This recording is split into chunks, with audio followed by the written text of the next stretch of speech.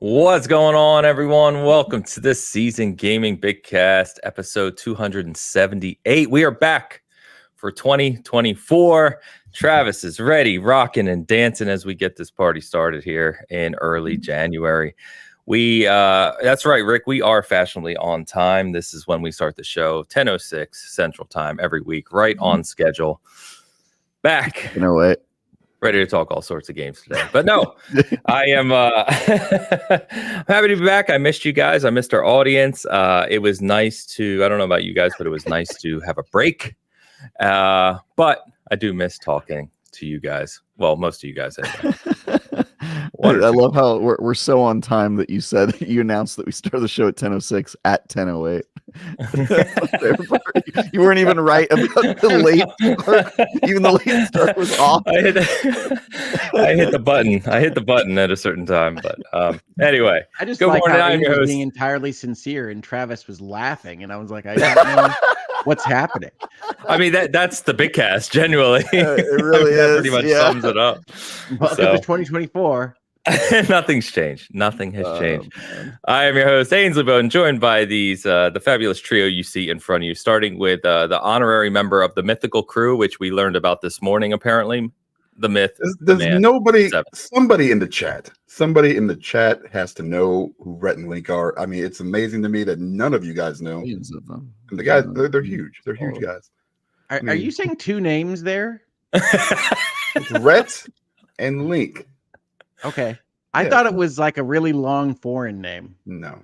Rhett and Link. Yeah. Rhett and Rhett Link. and Link. Yeah. Good mythical morning. My name All is right. Rhett and Link. There Yeah, you go. David G-Man's Fox. got you. He said, love Rhett and Link from GMM. There you go. Yeah. You got one, Dan. You got one. All right. Rhett is That's spelled all I even need. more obnoxiously than I thought it was. That's about what How it else is. would you spell that? Yeah. I was thinking like RET, like maybe it was a trailer house name. My name's Rhett. I don't get out much, like that. But I don't know. You're Rhett. not that far off. I mean, they're from North Carolina. I hear Rhett. I hear Rhett Butler. No? I don't know Like who a that is. comedian? Travis is not going to know Rhett Butler. How old do I have to be to understand Rhett Butler? Are you from Gone familiar with the with Wind? Gone with the Wind? Yeah. Yes. He's an actor? There you go. It's not An an actor, actor? it's a character. It's character. Oh, a character. Oh, okay. Yeah. I mean, I probably saw that movie once in college, I think. It was a while ago.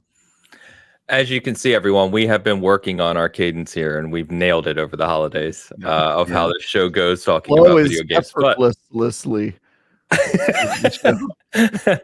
and evolved the into man talking who I about had food a annual cook-off with, our Diablo special, where it actually shockingly went well this year. I know. I Mr. saw Tie Guy your, Travis himself. Yeah, I saw your baked goods. You did all right, man. That was pretty good. Came out But good. I my, actually had them for dinner that night. No joke. I heard. Yeah, were they good for you? You enjoyed yourself? They're pretty good. I would have preferred a different sausage. I think I said in the video. I don't like sweet Italian sausage. It's not great, but that's what it called for, so that's what I used. Really, my goal is just to get you to cook, because I know you don't Once a year before. Once a So year. eventually, you're gonna know enough recipes to where you're gonna be like, you know what, I'll cook tonight, baby. And I'm gonna be proud. My ghost will be over you, like in a Star Wars movie. My Force ghost. I guess I'm dead. I died in this. I love how in my own fantasies I'm dead.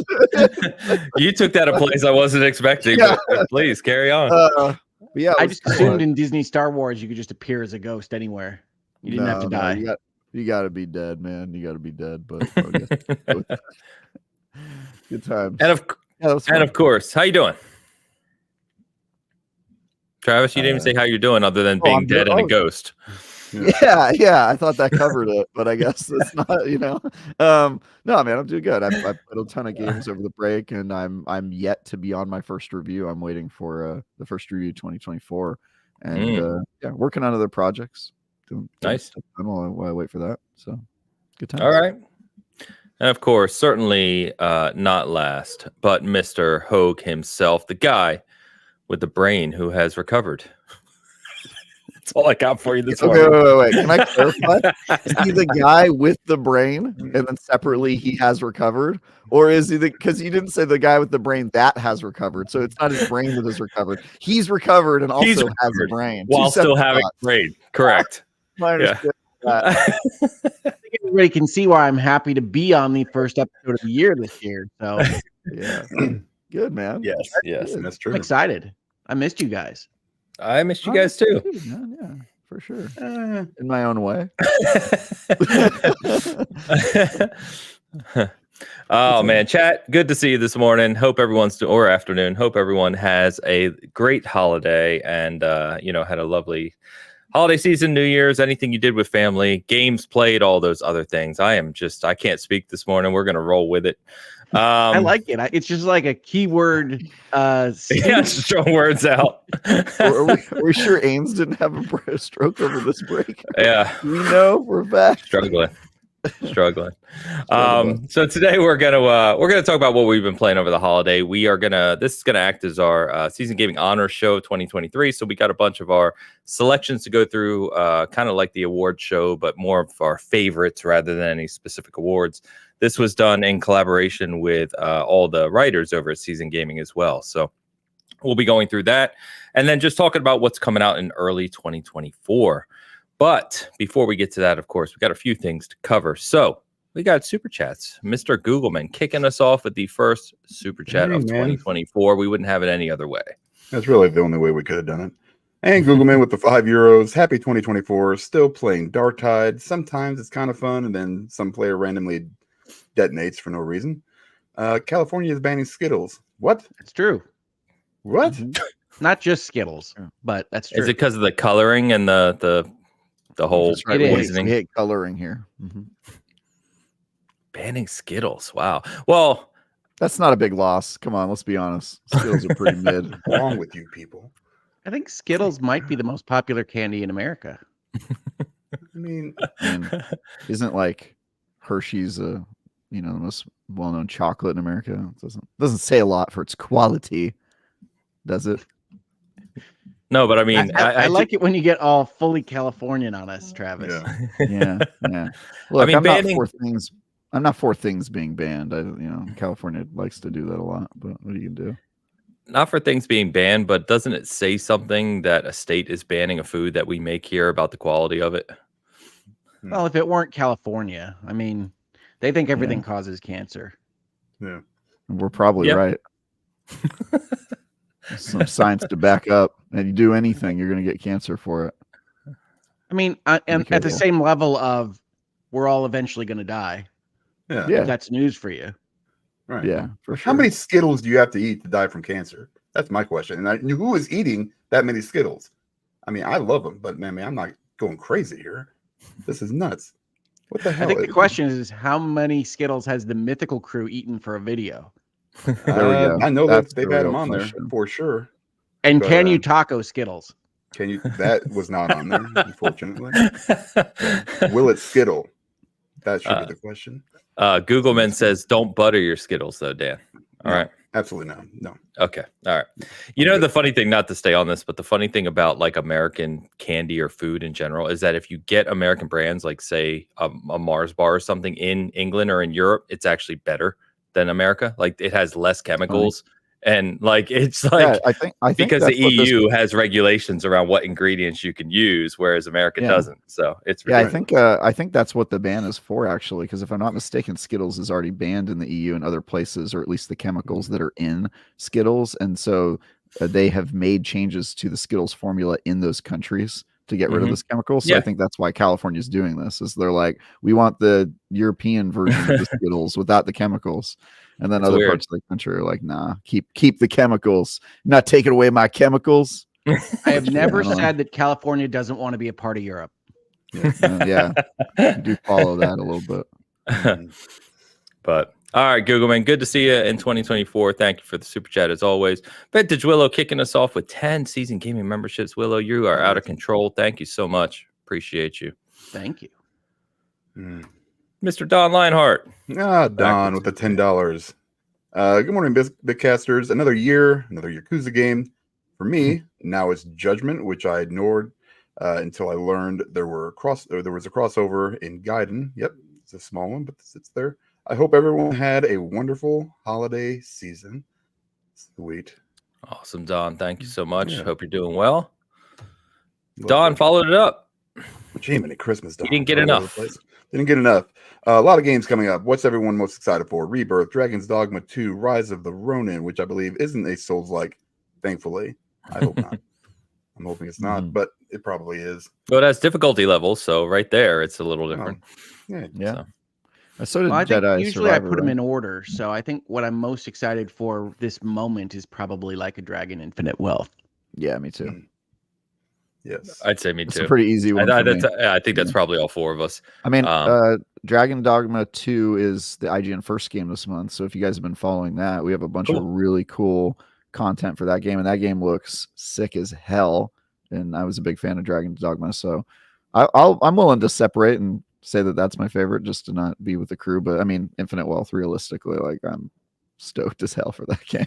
So yeah, it looks wild. I was really excited for Prince of Persia, Lost Crowns, being that it's from the Rayman Legends team over at Ubisoft Montpellier. Raymond, the Rayman team. Rayman Legends. But I'm actually reviewing that, so I'm playing it right now. Obviously, I can't talk about it. But yeah, so I think Infinite Wealth obviously now takes that. Thank you, Don. Appreciate the super chats, my friend. Okay, and of course, we have Tide's picks. She went Star Wars this morning, guys. Nice. And she made Travis look serious. Wow. Dude, I'm just there. This is hilarious. So first of all, I'm just Cal Kestis, apparently, with no changes. Apparently, that's just the character, which I'll take it. Look, I'm like if Cal Kestis got a day job. I don't want to bring this up, but I do have certain concerns about the lightsaber length.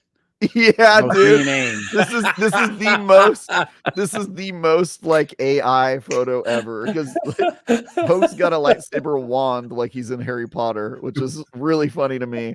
But also, I don't know why he just got turned into this massive dilf in this photo. Like, look at that, like chin and like, dude, this is crazy. This is fanfic. I don't know what you're talking about. That's what I look like. Yeah, they were like make Hogue a Jedi and also effable. Like I really want it. Like that's what she put into the AI for sure.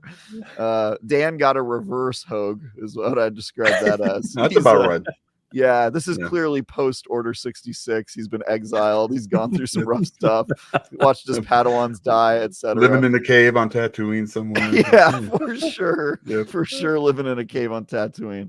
Yeah. And yeah, Ains, you got the same length problem as Hogue, it looks like, except for yours is also unstable. It looks like you failed to build your lightsaber correctly. It's like sparking out over there.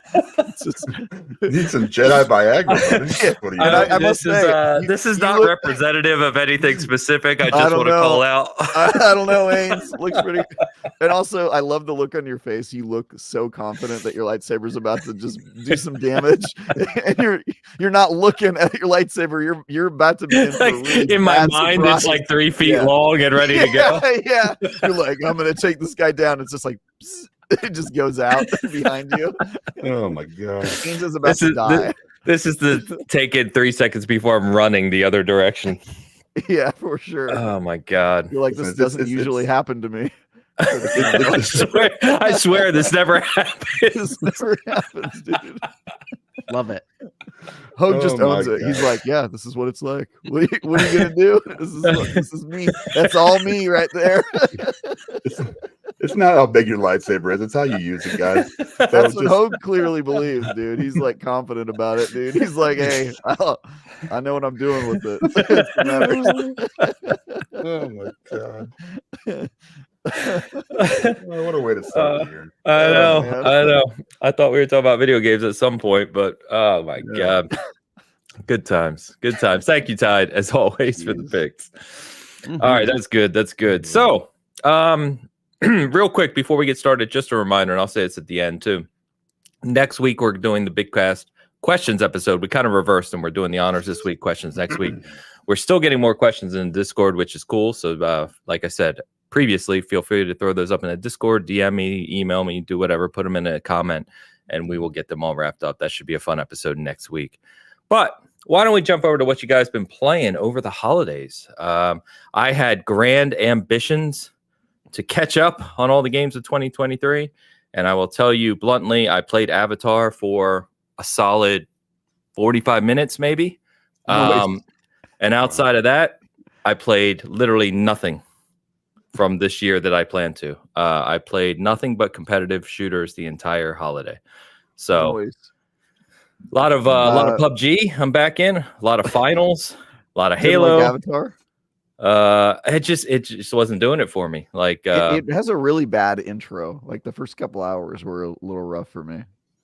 Yeah, and I've heard it's good, but I had this competitive bug. I mean, I'm always playing competitive games, but I like really had the bug over the holiday, and so that's all I played. I said, screw it, I'm not going to stress over finishing games I don't feel like playing at the moment. So I just played a lot of shooters. So rather hear from you guys what you caught up on.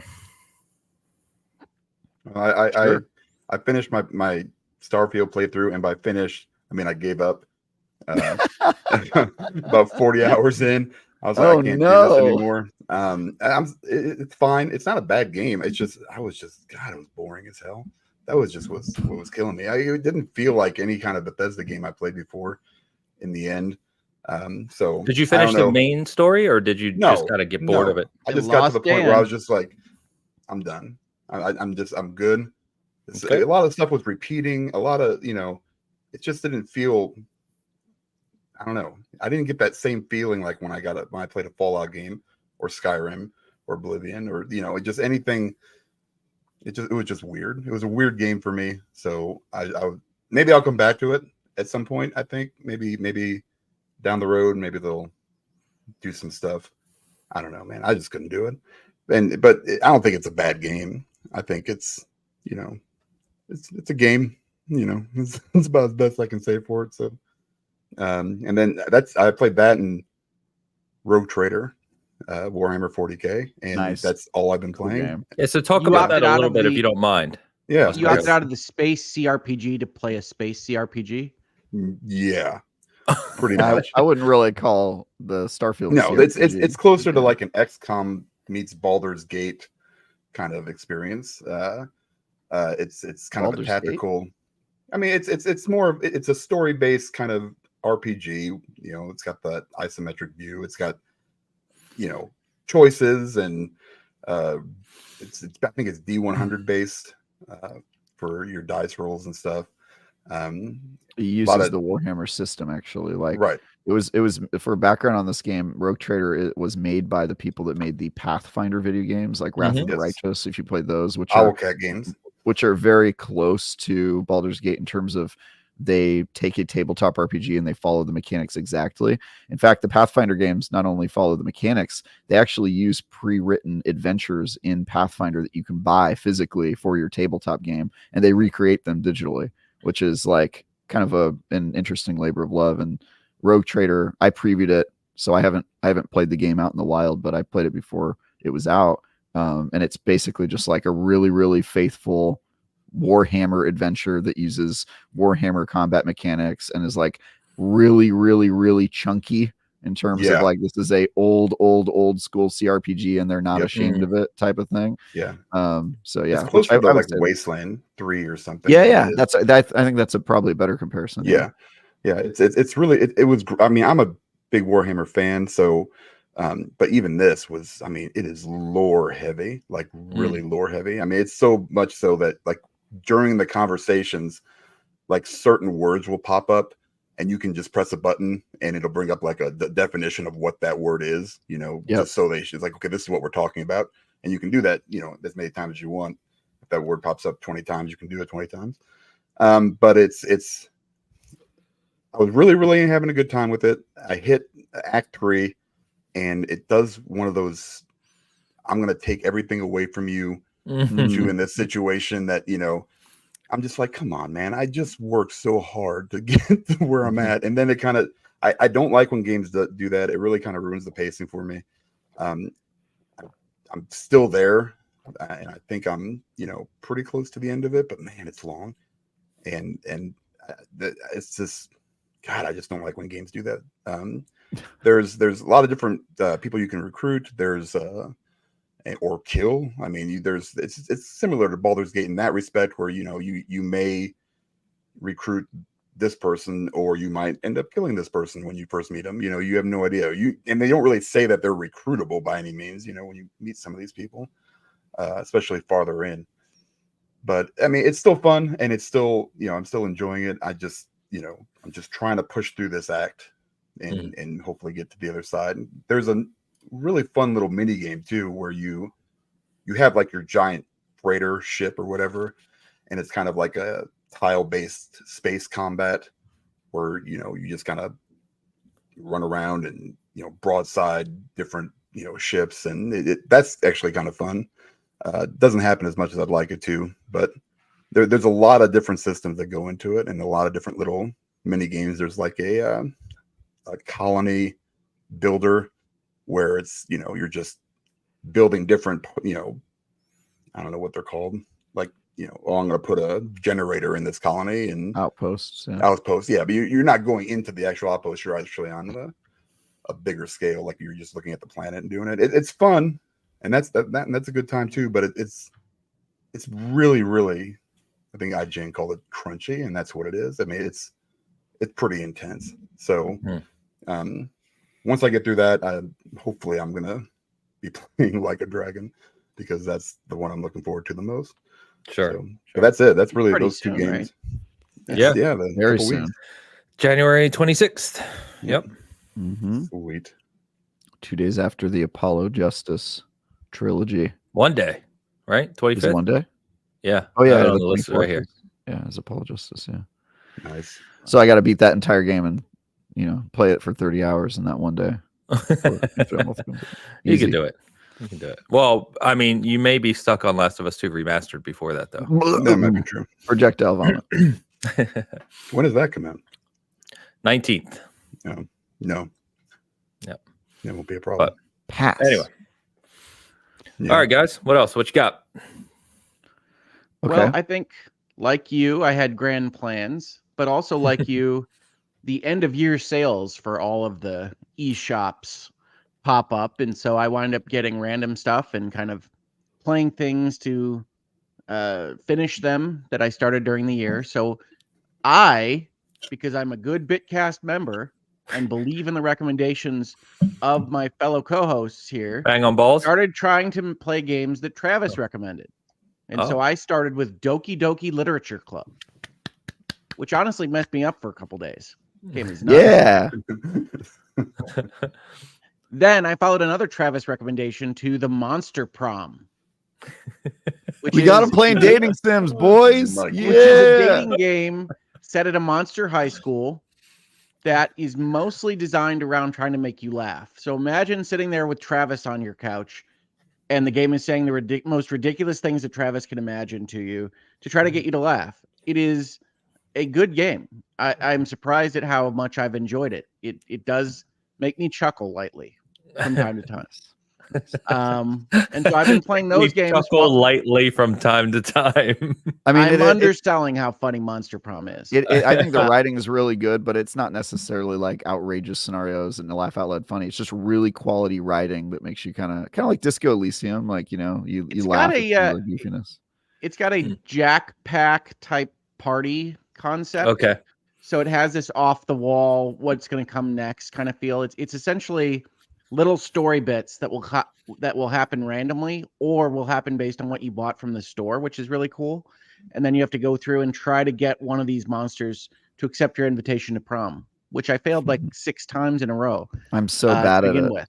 but it's fun. Yeah. But I've gotten better, and it's a good game. I recommend it. It's very specific. You better like reading. Yeah, You better like reading and jokes and the possibility. Comedy. But it's not it as bad has as some of the sequels. things that Travis recommends vis-a-vis comedy, because I also tried Goat Simulator 3, which he recommended as a funny game, and it hit Game Pass over the break. Yeah. And I gave that a try, and all I will say is that is not for me. Well, can I ask a follow-up of how you played that game? Did you just hop in as a single goat and run in, or did you play with other people? I did in fact hop in as a single goat. That's what I figured. Yeah. He didn't multiple goat it. Yeah.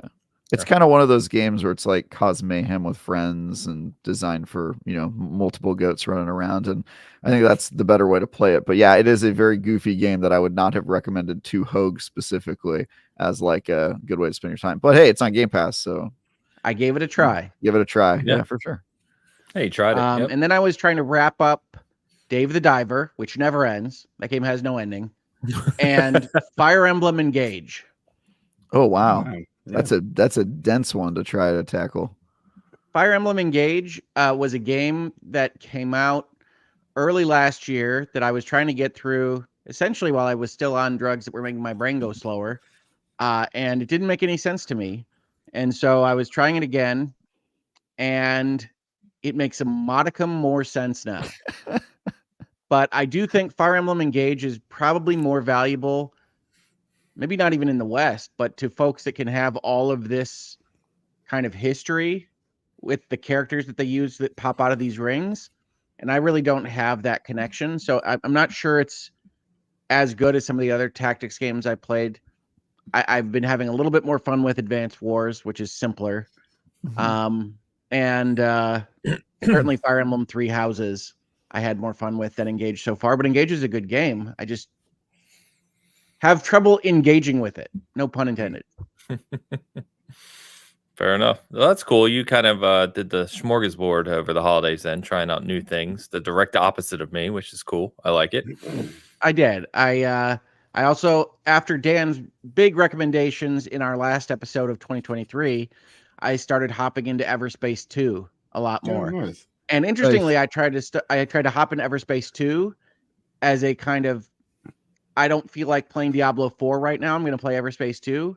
And I apparently forgot that what Dan told us about Everspace 2 is that it's Diablo. So when I was trying not to play Diablo and I played Everspace, I was like, wait a minute. This is a loot cycle and a combat cycle that is Diablo. Yes. And so Everspace 2 is a better game than I thought it was, but it's an action RPG with a spaceship. Yes. Make no mistake about that. Basically. Yeah. Cool game though. I need to try it. I think that's about it. I did play a lot more Frontiers of Pandora, which I think is excellent, but I also agree that its onboarding is slow. And if you don't have kind of a natural desire to explore Pandora, I don't think it does a great job to incentivize you towards that. Yeah, if you don't like botany, the loot game is very botany based, man. You gotta jiggle those berries and You do have to jiggle the berries. You gotta Quite jiggle the carefully. berry and stroke those fruits very carefully, and they really want you to be involved in that world. And I'm not a big fan of that world, so I kind of burned out on that. But I still been playing that one with D. It's a good. Yeah, I know a few people over at SG liked it. Alex reviewed it for us. He gave it a good score. So yeah, It's gorgeous. Yeah, it has I'd probably great give it a music. And the overall design, right? Like what James Cameron built, which is Halo machines versus aliens, is still enticing for video game. So you get I will say, the weakness of the world really is striking when you play that game and kind of realize that it was made to tell like one specific story or two specific stories. Like the more I'm in that world, I'm just like, wait, this doesn't make any damn sense. Like, have you noticed the machines aren't plugged in anywhere? They have all these hoses and nozzles that go nowhere. And you're like, wait, how did this machine ever work? I'm trying to break it over here.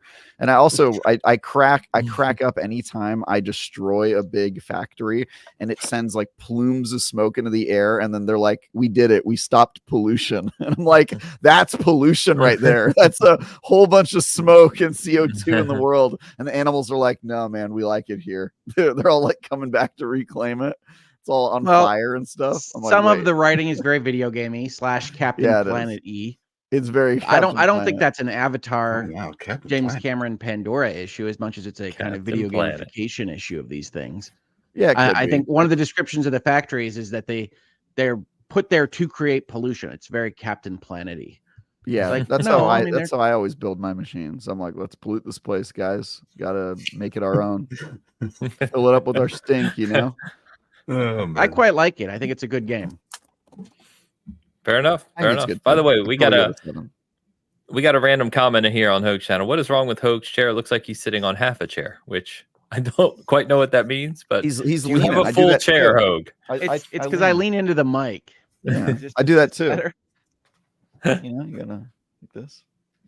What's All up, right, ladies? there you go. How we doing, girl? You're engaged, I will remind you, sir. Yeah. What? Yeah. What? What? Huh? Huh? Well, Speaking of which, we are in the year that you're getting married. Oh my yeah. God. I guess I'll start with that. That's what I did. I'm getting married this year, That's guys. the game you played over the holidays? It's the game I played over the holidays. Is let's plan a wedding. I guess got to do that at some point.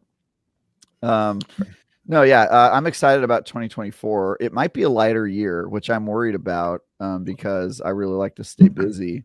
But yeah, I don't think there's anything wrong with that. And if I'm gonna have a light game release year, it might as well be the year I have to plan a wedding, right? So, Wait, oh, wait. what's that? Did you say the year you have to plan a wedding? Yeah. Why? Okay. No. I just wanted to make sure I was clear. You think I wouldn't plan my own wedding? I think mean, come at on, best, man. it's a partnership.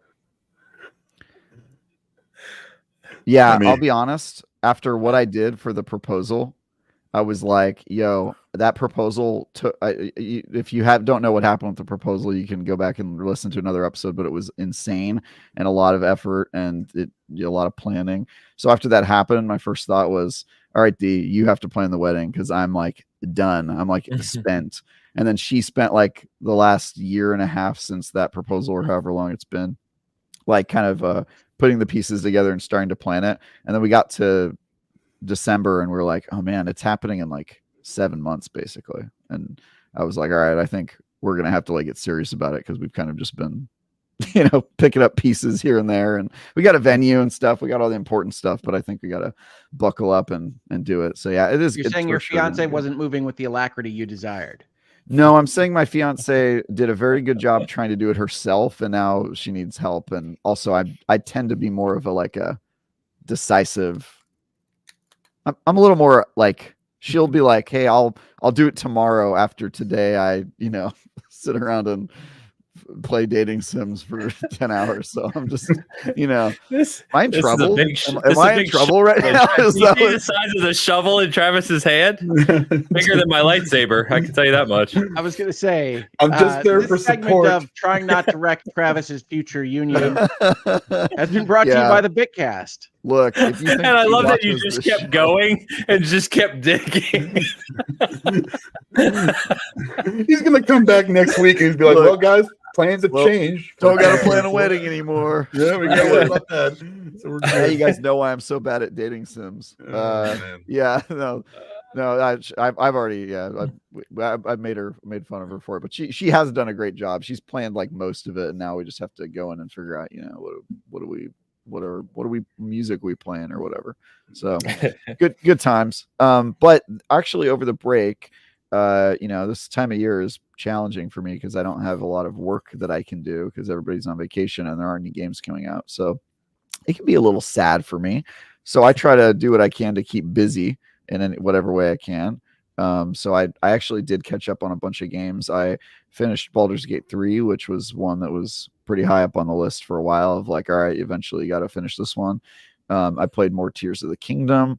I played some visual novels and went back and played more Great Ace Attorney just because the Apollo Justice trilogy is coming out pretty soon. And then I also played some dating sims actually because D was around. We were playing some together. Some of them were very, very, very bad and kind of were making us laugh at how terrible they are. And some of them were kind of funny and cool. Like I played a kaiju dating sim where you play a Godzilla and you date other giant monsters as you destroy towns together. That was pretty fun. As they do. Yeah, as you do. That's a good idea for a dating sim. Why not? So yeah, I played some of those, and then what else did I play? I've been pretty. Oh yeah, I played more Asgard's Wrath 2. That game has still got its hooks in me pretty hard. What was that game? I can't remember that VR game I played. But yeah, I've been just kind of catching up on like all the games that, part of the problem of reviewing 26 games in a year is I don't always get to choose which games I play, which means I often miss the best games because I don't review all of the best games that came out in a year. And so I had a lot of like really big titles from 2023 that I hadn't really played nearly enough of. And I'm mostly caught up on those now. I feel like pretty good. Like I kind of sampled all of the really big ones or even finished them. But I'm still working on that, and I've got some time here. I mean, my first review of this year, for those who don't know, is Pal World. If you haven't seen this game, it's on Steam. It's a Pokemon open world game, but all the Pokemon have guns. And you also have a gun. It's like a third-person shooter. It's a very, very weird game, and I'm very excited to see if it's good. So I'm going to be playing that this month, but the release date on Steam is bizarrely January 2024. So I have no idea when I'm going to be playing it this month, but it's going to be this month at some point. So that's probably going to be the first game I review this year, and I'm really excited about it. But in the meantime, I'm just sort of waiting for my first assignment and catching up on games and planning a wedding and also doing some writing and stuff. I did a tabletop RPG last night. It was fun, and Cool. keep busy whatever way I can. But I'm glad that the break is over, because boy, do I hate this time of year. Man, what a bummer. Also, it was fun to cook, guys. One of the few people I know that says you hate this time of year and that you'd rather be working. But hey, Yeah. Thank God things are coming back online tomorrow, right? Yeah, for real, dude. This unit has no function. That's how I feel. As soon as I've gone a couple days without working, I'm like, yo, what is the point without the goal? You know how I feel about the break? I feel about the break the same way Dan feels about the Act 3, where they take away all your stuff, and they reset you. That the holiday is that for me. It's like, oh, got to take away all your loot and your progression, and just like put you on a couch in an area and just It's literally chill so for a bizarre bit. because you get loot during this break normally. I mean, you get loot or give loot at the very least. Yeah, so you give all your loot away to whoever took it, and rogue Gotcha. trader. Gotcha. Which by the way, your opinion on the holidays will change once you have kids. Yeah, it's not going to happen. And you know what really reinforced that never happening this year is that I was around a 9-month-old baby over the holiday, because Dee's sister has a kid, and man, that thing is just a font of fecal matter and screams. And I was just like, yo, they were like, Travis, help out with the baby. And I was like, I'm good.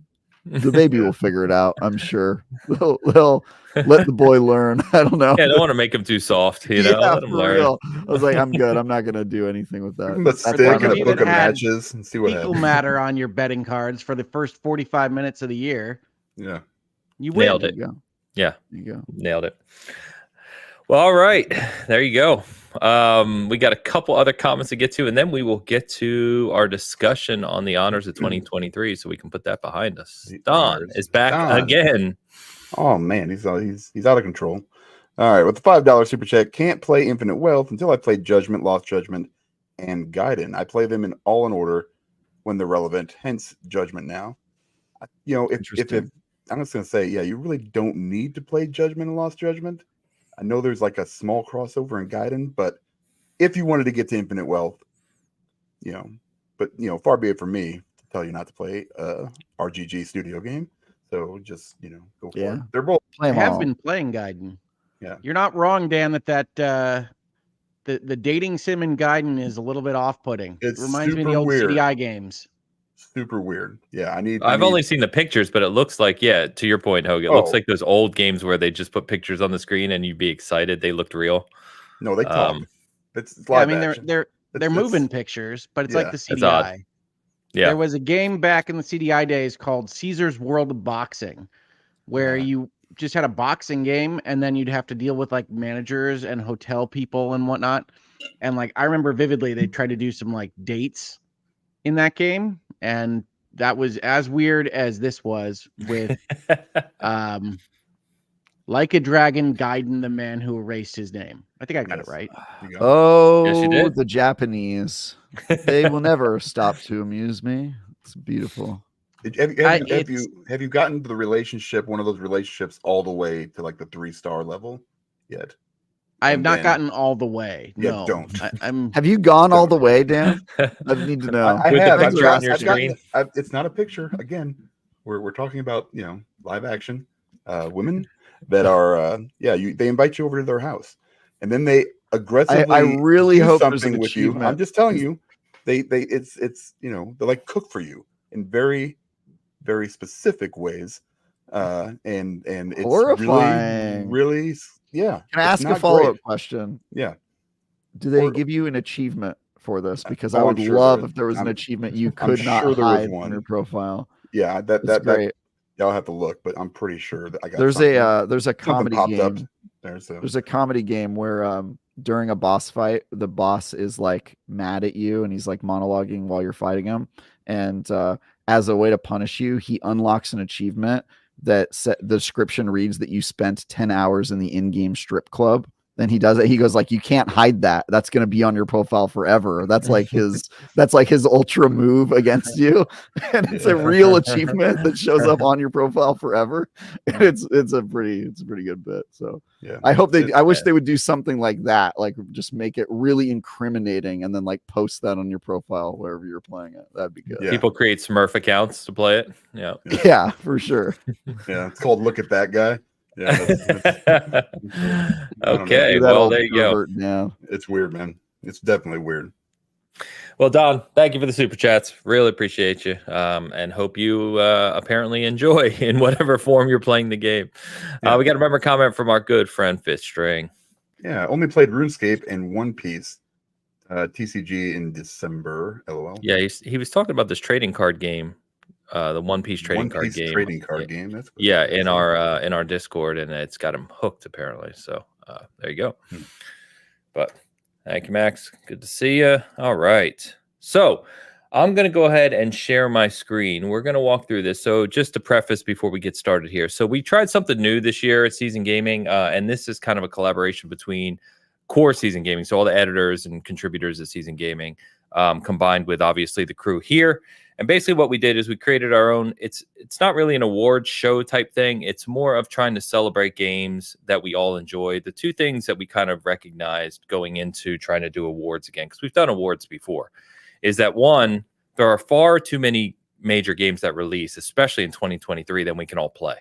And so giving awards out for what you think is the best of something when you've only played maybe 20% of the games in that area seems a little just disingenuous. And then, of course, there's opinions that are just all over the place. So what we did instead was we tried to create categories that were just more generic, not like best RPG, where everyone has to argue about what the hell an RPG is, or best action adventure game versus action game, those types of things. Like, we find that kind of silly. So instead, we just had a little fun with it, created some kind of both more serious and goofy categories. And then everything is listed with all 12 of us. So it's the 4 of us along with 8 other Season Gaming contributors. And it's really just our favorites. So it's not saying that one thing is necessarily better than the other. It's not saying that this is the best or has won some award from Season Gaming. It is just what we prefer and what we really enjoyed. So with that in mind, let me go ahead and share my screen and make sure we get this in a good format. And audio listeners, I will talk through this, of course. So hopefully this is not too disjointed. You shouldn't miss too much from a presentation standpoint, I don't believe. And of course, Hogue and I just tested this, which means it's not going to work because you know how things go around here. So, yeah. Yep. As always. Yep. Mm-hmm. Yep. Makes complete sense now. Great, Ains, and I'd like to praise you. Yeah, I know. It's going well, isn't it? Mm-hmm. Yeah. So, Hogue, what's I been mean, up, man? I'm How you happy to doing? present my top 10 list if you want, but I mean, that's really not what we advertised. Hogue, how you No, doing, it's buddy? How are things? You feeling good? Oops. I'm doing Wrong okay. button. Thanks, Travis. You've been working out? Not so much. Because I'm trying to come up. I'm just wondering what I'm trying to come up. What's the Hogue routine, man? What do you got for us? We're trying to stay alive this year a little bit better than last year, bro. I mean, it's already. I know how that be. Trying to live, the fate inspire. It's tough, man. Tough life. That's Nope. good. Oh boy, keep talking. We can keep talking, sure. All right. Well, I mean, I think one thing that we really didn't cover enough in the pregame here was that there was a minor national championship semifinal on New Year's Day that my Oh, Michigan boy. Wolverines wound up winning. And so the national championship game tomorrow is featuring my Michigan Wolverines. Go Blue! Who's excited? I mean, I have no idea what you're talking about. I saw Dan say that he wished that Michigan and Alabama could both lose. So I don't Yes, I think did say Dan's that. excited. Mm. Well, now, I appreciate your fandom. Why is this not working? Yeah, I have no Keep idea. But I mean, it's I'm a Hawkeye, so I have to not like Michigan. So I have no have to problem with Iowa. Yeah, I understand. Yeah, it's just is what it is. They lost by like after the first touchdown. I looked at my wife. I said, "Well, this game's over. We can go do something else." So I mean, that's basically how my season has gone. That So, ain't it. But I'm happy for you that they're playing, and I do have $20 riding on Michigan. So thank you. Go Blue for tomorrow. Go at Blue! least. Yeah. That game's yeah. already tomorrow. All right. Tomorrow. So I got a All full day right. of NFL games today. That's right. Okay. The Lions' last game Niner- of the our Niners season got- is #1 seed. That's cool. Yeah, because I like the Niners got #1 seed, and I have been paying attention to this because the Eagles choked. So I love Yeah. to see it. That's part of it. Also, there was an upset that gave them top seed, but yeah, it's kind of crazy. Yeah. Good stuff. well, the Lions had a game stolen from them, but we'll Yes, leave they that to did. the side. I appreciate the billboards in Detroit too. Yeah, those were great. Those were awesome. All right, we got this finally working. All Oh, right. good. We're here. All right, so We made we'll go it. through this. I think there's 20 categories. So we'll just talk Was through there this, and I really? can. Yeah, there's 20, and we're adjusting them. Like I said, this is our first year doing it this format. We'll see how it goes, but we had a lot of fun with it, especially on the Discord. We had a lot of chatter about these different categories. So we will start with our favorite new IP, which we named Here Comes a New Challenger. And guys, you can talk through you. I see that Hogue and Travis both put Dave the Diver. I So know. Good shout out there. For the record, we did not coordinate these at all. So Nope. me agreeing with Travis for the first category is just a Noise. happy accident. Yeah. Yeah, I That's think happening. I'd originally put Liza P for this, and then I remembered Dave the Diver, and I was like, that's the one. But I appreciate all the hi-fi rushes here. That one crossed my mind, but I was kind of just, I don't know, wasn't my favorite. Fair enough. Yeah, it doesn't have to be. The Yeah. finals is good. Yeah, that's a good one. Yeah, Eric, you'll see that Eric and I are basically the competitive guys, and we have the finals in multiple things. So Nice. It's interesting. I wonder if like IP, like as an IP, is the nope, that finals, didn't help. because the finals is obviously a great game, but I don't know if its IP is really like grabs me. You know what I mean? Like the things Yeah, about that's that fair. world or the game. So Yeah, that's fair Mm. too. Dan, you put Starfield as your favorite new IP, and I think you said by default. Yeah, because that's the only new IP I played this year. That was it. hilarious. Yeah. I mean, I thought, like Hogwarts and Starfield or Star Wars, they're just, even though Hogwarts is technically, the Hogwarts first is not a game new from- IP. I think No, it's not a more new than IP. technically not a new IP. Yeah, so we actually had two people put Hogwarts, and I went back Oh. to him and said, "Hey guys, like Hogwarts is a new game. It's certainly not a new IP. So Yeah, no way. let's Yeah, let's it's the change only. it. I have a list. I'm looking at my list, and that's the only out the games I finished and played. That's the only one. Well, not finished, but played. I haven't played Liza a single new P, one. I will give, even though Pinocchio is technically not a new IP. Yeah, that too. Yeah, But- yeah. But yeah, Yeah. definitely not. This is how many people said Hi-Fi Rush? 5 of us. That's probably the highest majority we had on any category. Like, which is kind of cool, really, right? Because it means cool of the game. 12 of us, there's a lot of different opinions on what's coming up. So we'll walk through these.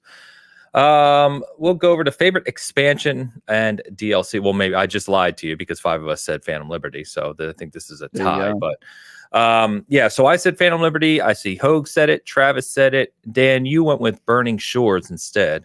Yes. Which Brian also agreed with you on. So Yeah. why'd you Brian. pick Burning Shores over Phantom Liberty? Just out of Because curiosity. I didn't. I mean, it was fine, and I enjoyed Phantom Liberty, but I really didn't like 2.0. I guess So it was just like, it just kind of messed everything up for me, and I had made all these a couple different builds, and I was like, oh, these are I really got it to where I want it, and then it went. and just kind of threw everything out the window. So I was like, nah. But it was good. It was very good. It was fine. Burning Shores. It's fine. Burning Shores was about the same for me. I mean, it was a coin flip for either one of those two. So Cool. I know Eric and Steve over at SG are huge World of Warcraft players. So Eric calls out Season of Discovery here, which we talked about at length. And then Zach really loved Remnant 2, which you may recall, Travis. So Nice. you see him put Remnant 2 at a couple places along the way. Yeah, here. I got him into Remnant. So yeah, I'm happy he to loves see it. Remnant 2 on there. I don't know if I really put like that the as Lego my- Fortnite entry. Yeah, Lego Fortnite is pretty cool. it is Yeah, very Fortnite cool. is I actually cool. played it. I played it over the holiday just to check it out. I knew it wasn't going to be something I put a ton of time in. It's really impressive. And this what has they've done. reminded me I need to play God of War Ragnarok Valhalla because I keep hearing great things about it. I still haven't Do played you it. need to?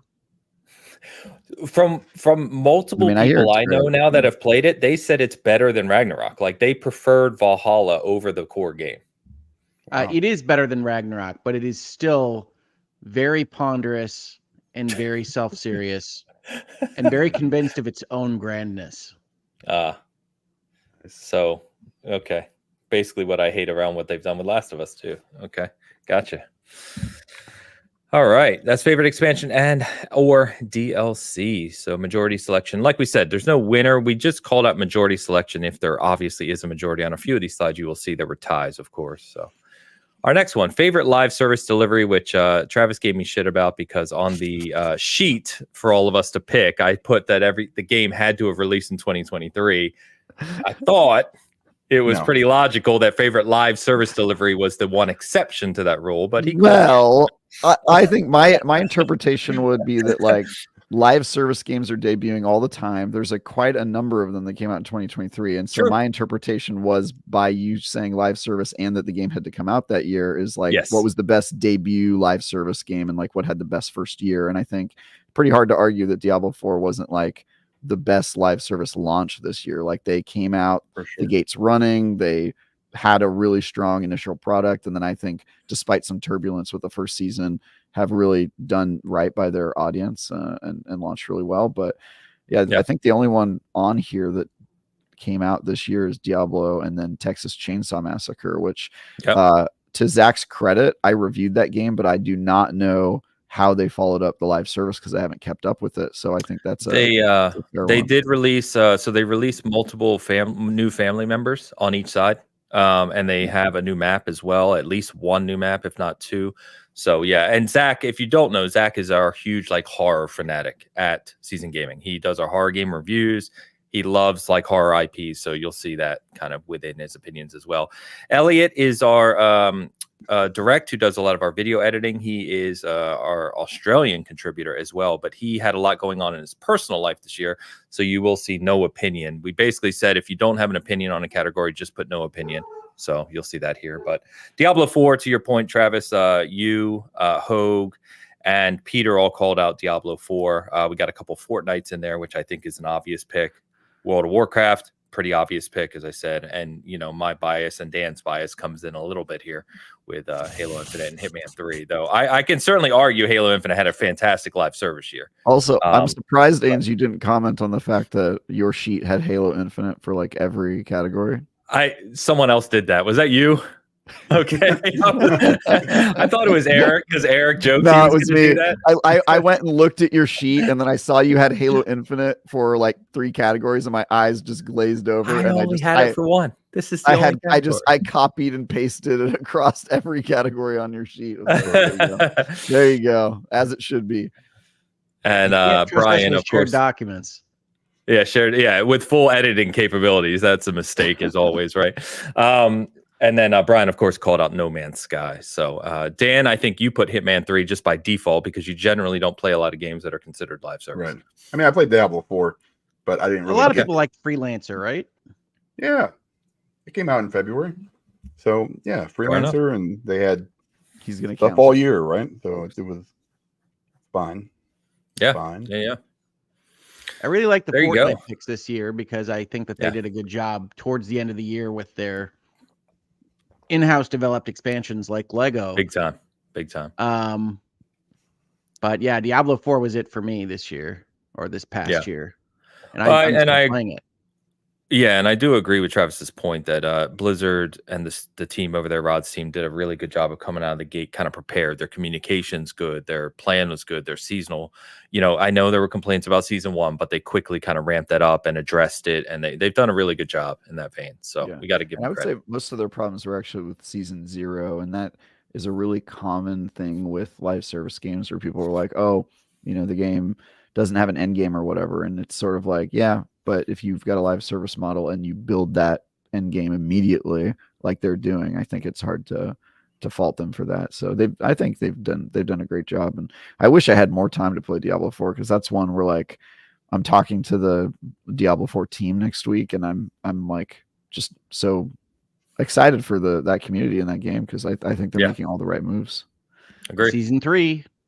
Agree. Couple of Yeah, weeks. what could it be called? I wonder. I know. More to come.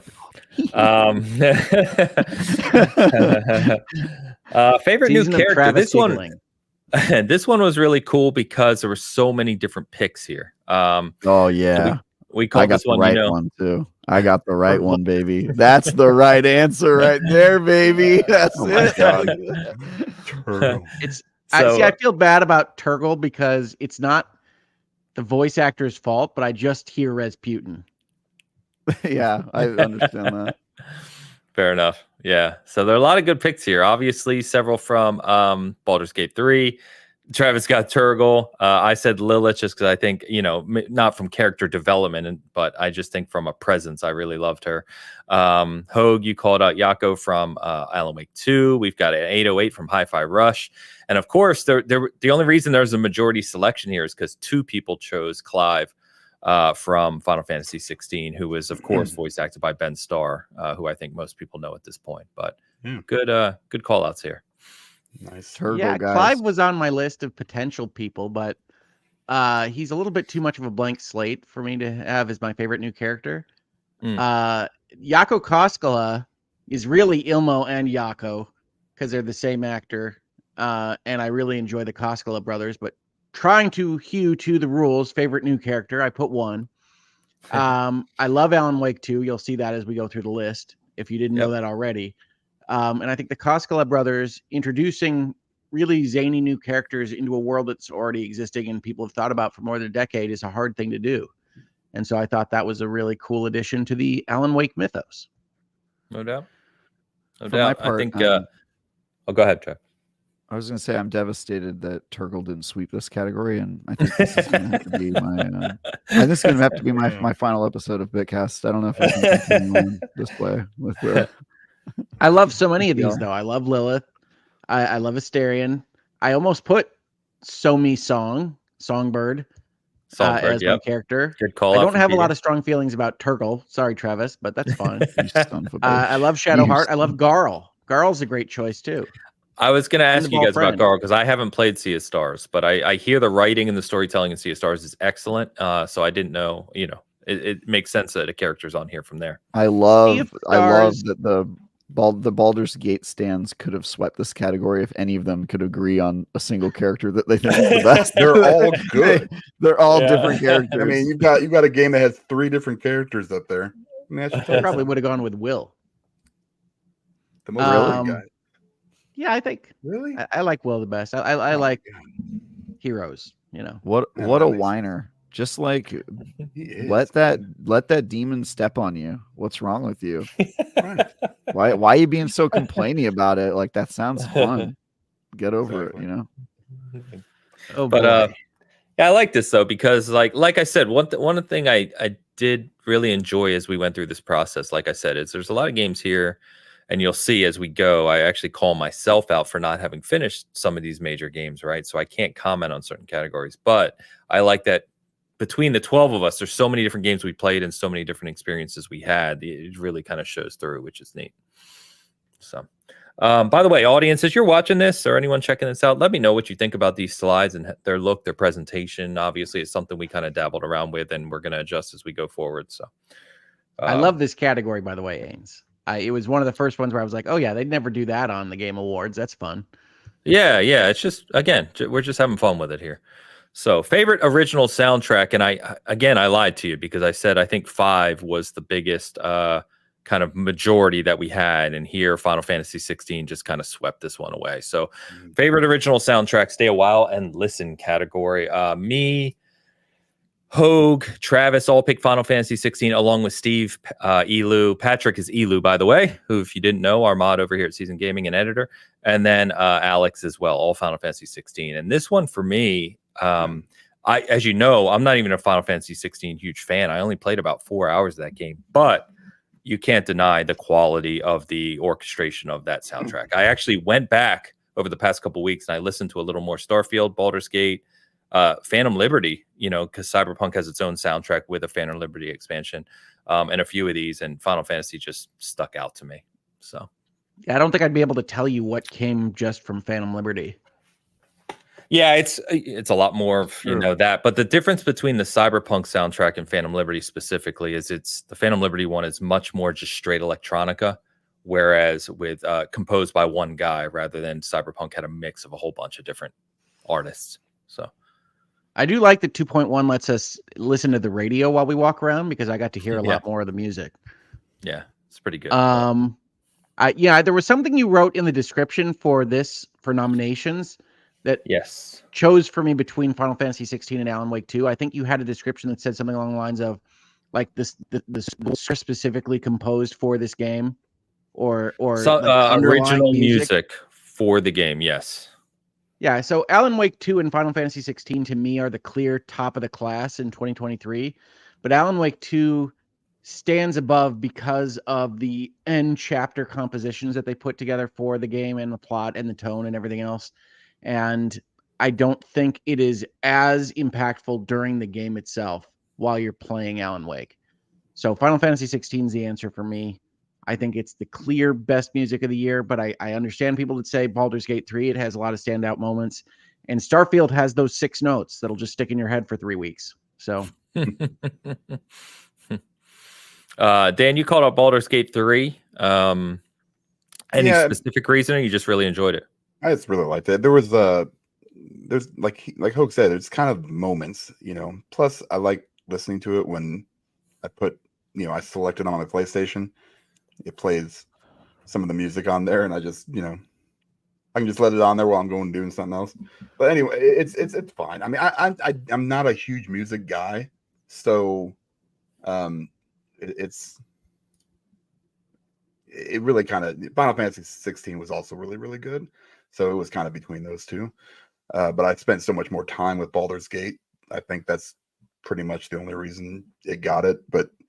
And there was a couple moments where I was just like, I remember this music, right? Like I remember that moment when this plays. I couldn't tell you that with probably Final Fantasy. But overall, I mean, just not my kind of category, I guess. Sure. Yeah, it's not a music guy. Sure. I mean, there was no Halo or From release this year, so sure. Obviously, yeah. All right. What else? Got anything? Oh, Brian. I figured, Dan, this is where I figured you were going to go, but Brian called out Oxenfree 2 here. Yeah, I mean, that was definitely number 2 on the list. Yeah, that was a surprise one to me. Brian tends to play, so he's an editor of another site as well, but contributes to Season Gaming. He tends to play a lot of indie games or I should say indie, right? Smaller games alongside the AAA ones. So he has a few of the categories where he picked out different things like that. So, well, thank you for falling on the Oxenfree sword, Brian. I appreciate it. I do for sure. This is the one Travis is going to give me crap on. So, favorite game that's not for me. I can respect it category. So this category was. Yeah, I just shut him down on this one. Inaccurate. He changed my. That's right. I did. So the reason we had this, we were talking at SG around, there's so many games that come out, and there's so many kind of incredible experience but there are games that come out that for either the story or the dynamics or this sounds weird, I know, but some people don't like Baldur's Gate 3 because of the combat, right? The turn-by-turn combat. So it's basically just calling out, hey, here's a game I could recognize that this is a really well-developed game, but it's not one I'm going to put a lot of time into. That's all this was meant to be. It was meant to be fun. Travis struggled with it. I did not struggle with I'm it. sure he told you that every game is for him. He absolutely, that's exactly what he said, Hogue. Exactly what he Hold said. I To a said T. for me, obviously, I think I tend to like every category, and so I can't think of a game for this category where I'm like, oh well, I think it's good, but I just personally wouldn't play it. But that said, my objection with this category is that I don't think you can stand behind somebody else's opinion of a game. You know, like either you like the game or you don't like it. And if you don't like it, then that's your opinion and you should stand behind that. And so this seems like a consolation prize of like, I don't think the game's good, but because of peer pressure, I'm just going to say that it's good, even though I don't feel that. And so you're arguing for somebody else's opinion is That's my terrible. problem with this game. Terrible And take. so I just don't, I can't get behind this. I mean, what is this? You think it's impossible to recognize the quality of a piece of art that doesn't speak to you? Yeah. Have you seen a Jackson Pollock ever? Because it's just a bunch of crap thrown on a damn canvas. Then okay, but if you don't like seen. Pollock's work, then you can just say that that Pollock is bad, and that's your But opinion. I appreciate the effort. You know. Okay, mean, well, yeah, you did a fine job with the good effort. It sucks. That sounds to me like you just don't like a painter and are feeling like because other people like it, there must be something to it. Is that separate yourself to a certain extent and be a little bit objective? Sometimes about art can be. You can be. You can just not necessarily that, but like I played Alan Wake 2. I know it's a good game, because it has a lot of good elements in it. I didn't really care for the story or some parts of it I didn't enjoy. So I mean, you can separate I will things. say this: the words "favorite game" and "not for me" are just like they're antonyms of one another. You know what I'm saying? No, it doesn't make any sense. No, I think I'd like to change my answer, honestly, because I see here Eric has the right answer for me. Forza Motorsport is clearly a game made with love that people who respect motorsport racing like Ains can tell me hits all these detail points that I don't enjoy. Yeah. Sure. Right. So if you don't enjoy it, how is it your favorite game? It's not. Then why does it say favorite game that's not for me? This is a nonsensical category. It's a favorite game it makes no sense. Favorite game, not for me. It makes any group of anything can have a favorite. We're talking about things that maybe only rise to the level of 4s or 5s for our personal so then in experience, that case, if the argument is it's the game you didn't like, but it's at the top of the games you didn't like, that is a separate question than favorite game that's not for me. It's a separate question than the one you invented in your head, Travis, but I think that's the question bad game posed. Invented in my head, read the sentence. Favorite game that's not for me. It's an oxymoron. Yes, you're putting value on favorite when all it means is the top.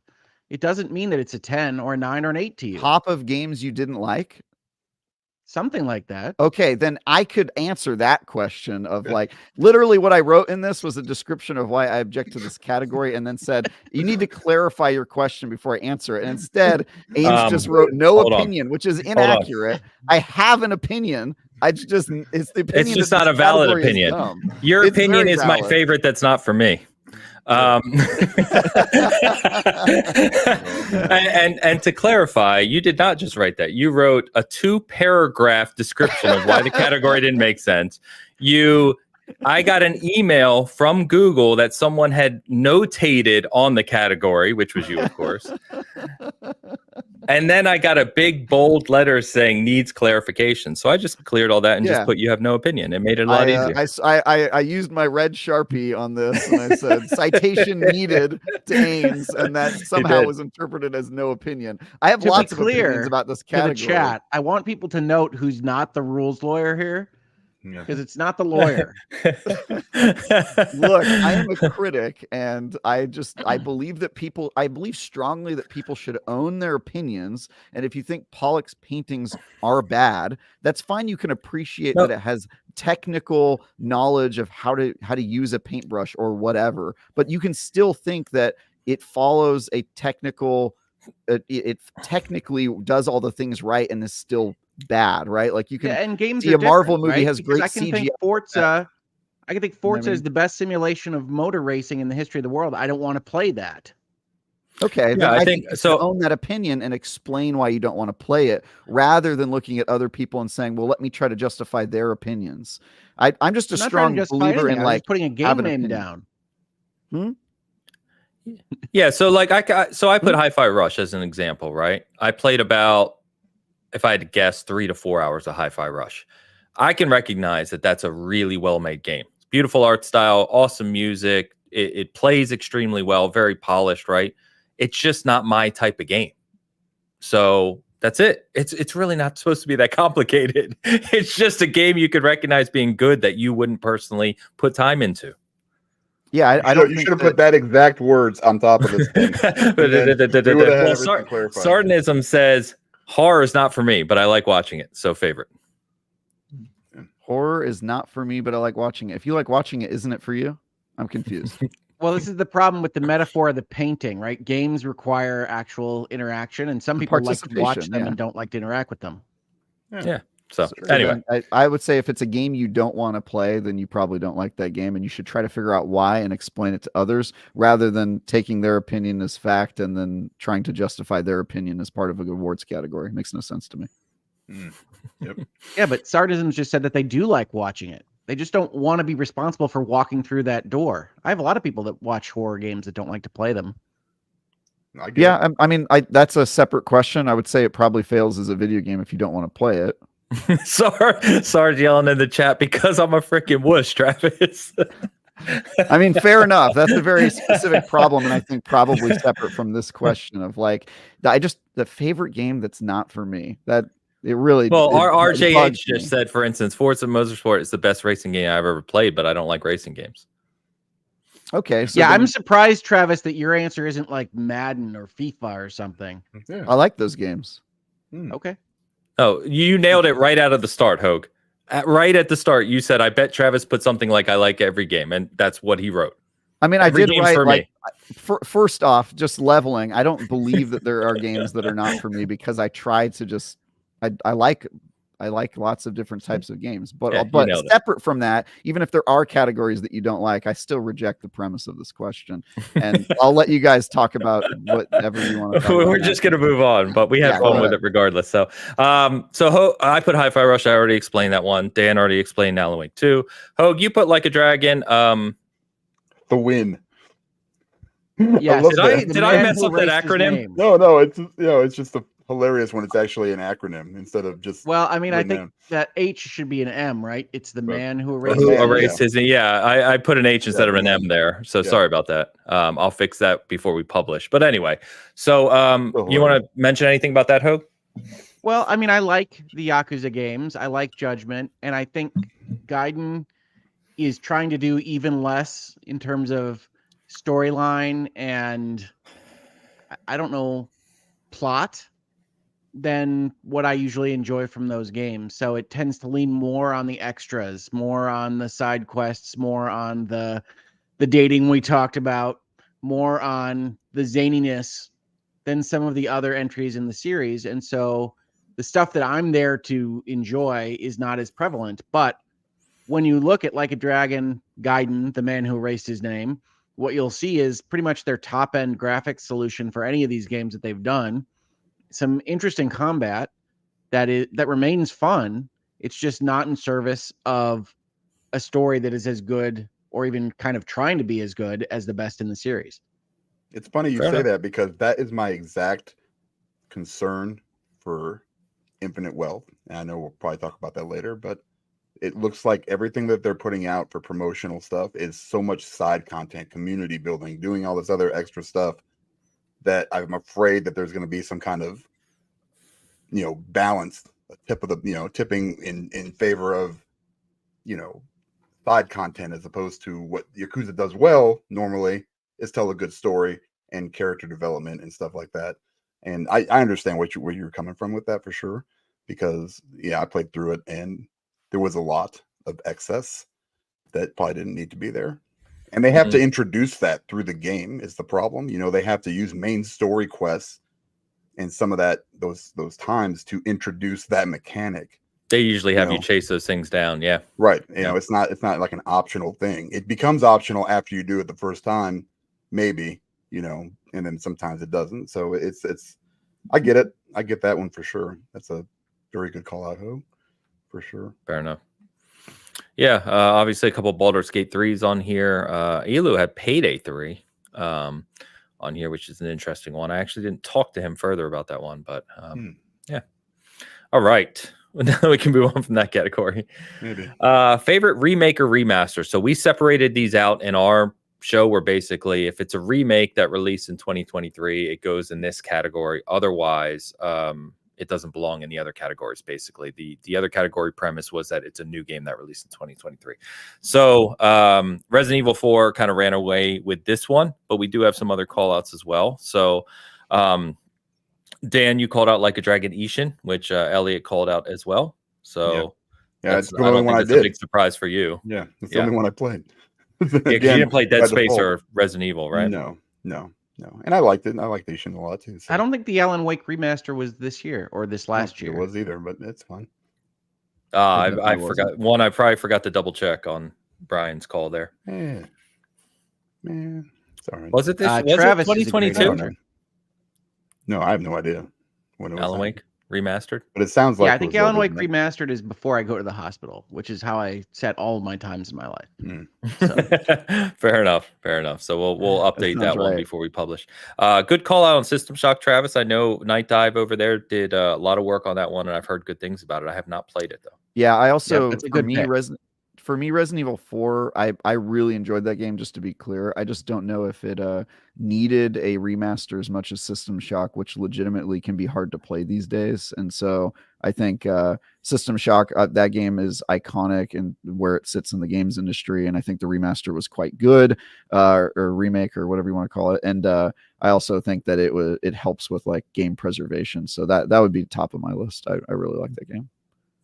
Yeah, good call out. And then, of course, Peter Zach put Dead Space. Zach, as I said already, a hard for that. Dead Space is like, I think, one of his favorite games of all time. If not his favorite game of all time, it's way up there. So he loved that one. Pretty straightforward on that one. Let's favorite game to escape with. So this was kind of a funny one.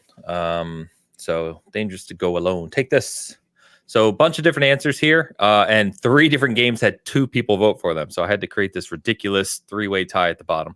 I put Starfield just because I don't think I have Starfield for anything else in this list, but I had Starfield just because it is a game where in those types of games, I don't tend to kind of follow the main path. I just go do whatever the hell I want to do in that world. And I think Starfield is good for that. Dan, you had Baldur's Gate 3. I mean, I put so much time into it. I mean, it's I literally escaped with it all year, you know, from August and, you know, forward. But so yeah, it's I played through it 3 times now. I'm on a 4th playthrough. I'm still finding stuff that I didn't find before. I mean, I don't doubt so it. much. Yeah, there's so much crap. I mean, it's just insane.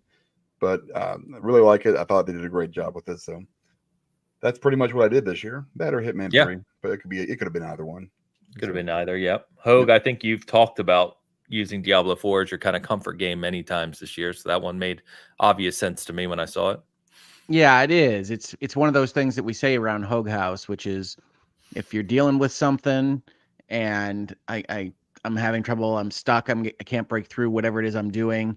My wife says, go play Diablo. And every time I think, oh, I'm not really up for it because I don't really feel like it right now. And generally speaking, I think only failing maybe a handful of times within 10 minutes, I'm like, okay, we're just going to play a little bit more so that my wife is happy. And then it's 2 hours later and I'm 3 Nightmare Dungeons in and I'm enjoying myself. Diablo 4 is a game that has been hugely helpful to me this past year of recovery. So it had to go here for me. Fantastic. And then Travis, you put Tears of the Kingdom. Good call out here as well. I think these are 4 kind of big games you can get lost in.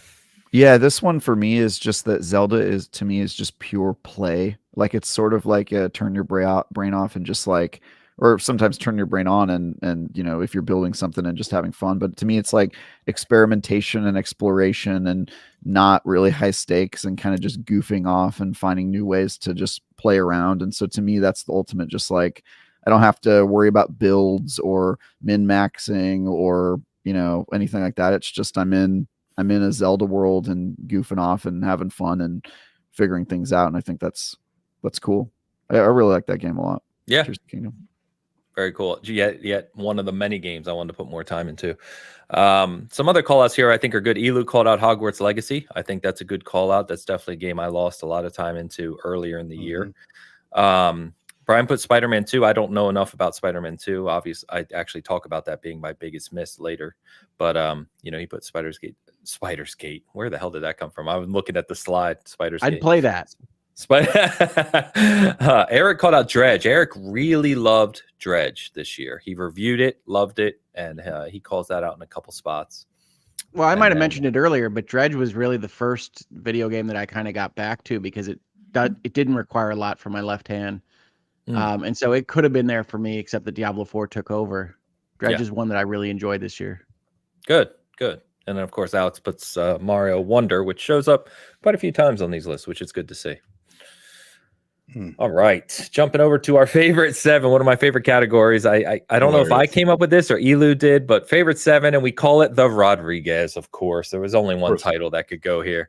So the funniest thing, I was laughing last night as I was finishing these slides up, is that the majority selection here is Starfield, which I don't know is funny, sad, hilarious. I don't know what it is, but it's something. Personally, for me, I put NHL 24, and just to comment on that, because it's a sports game, you don't see those really pop up. The reason why this is my favorite 7 is I play NHL 24 with a couple buddies. One I played hockey with in real life. One is another old friend of mine.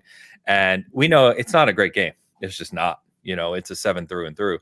But when I play online with those guys, we just have a ton of laughs, and we do that probably once or twice a week. It's a great way to stay in touch, great way to just have a laugh and play a game. So that's why NHL 24 is my favorite. Dan, you actually put Starfield, which was the majority selection. Elliot picked that. Steve picked that. Peter picked that. So you want to?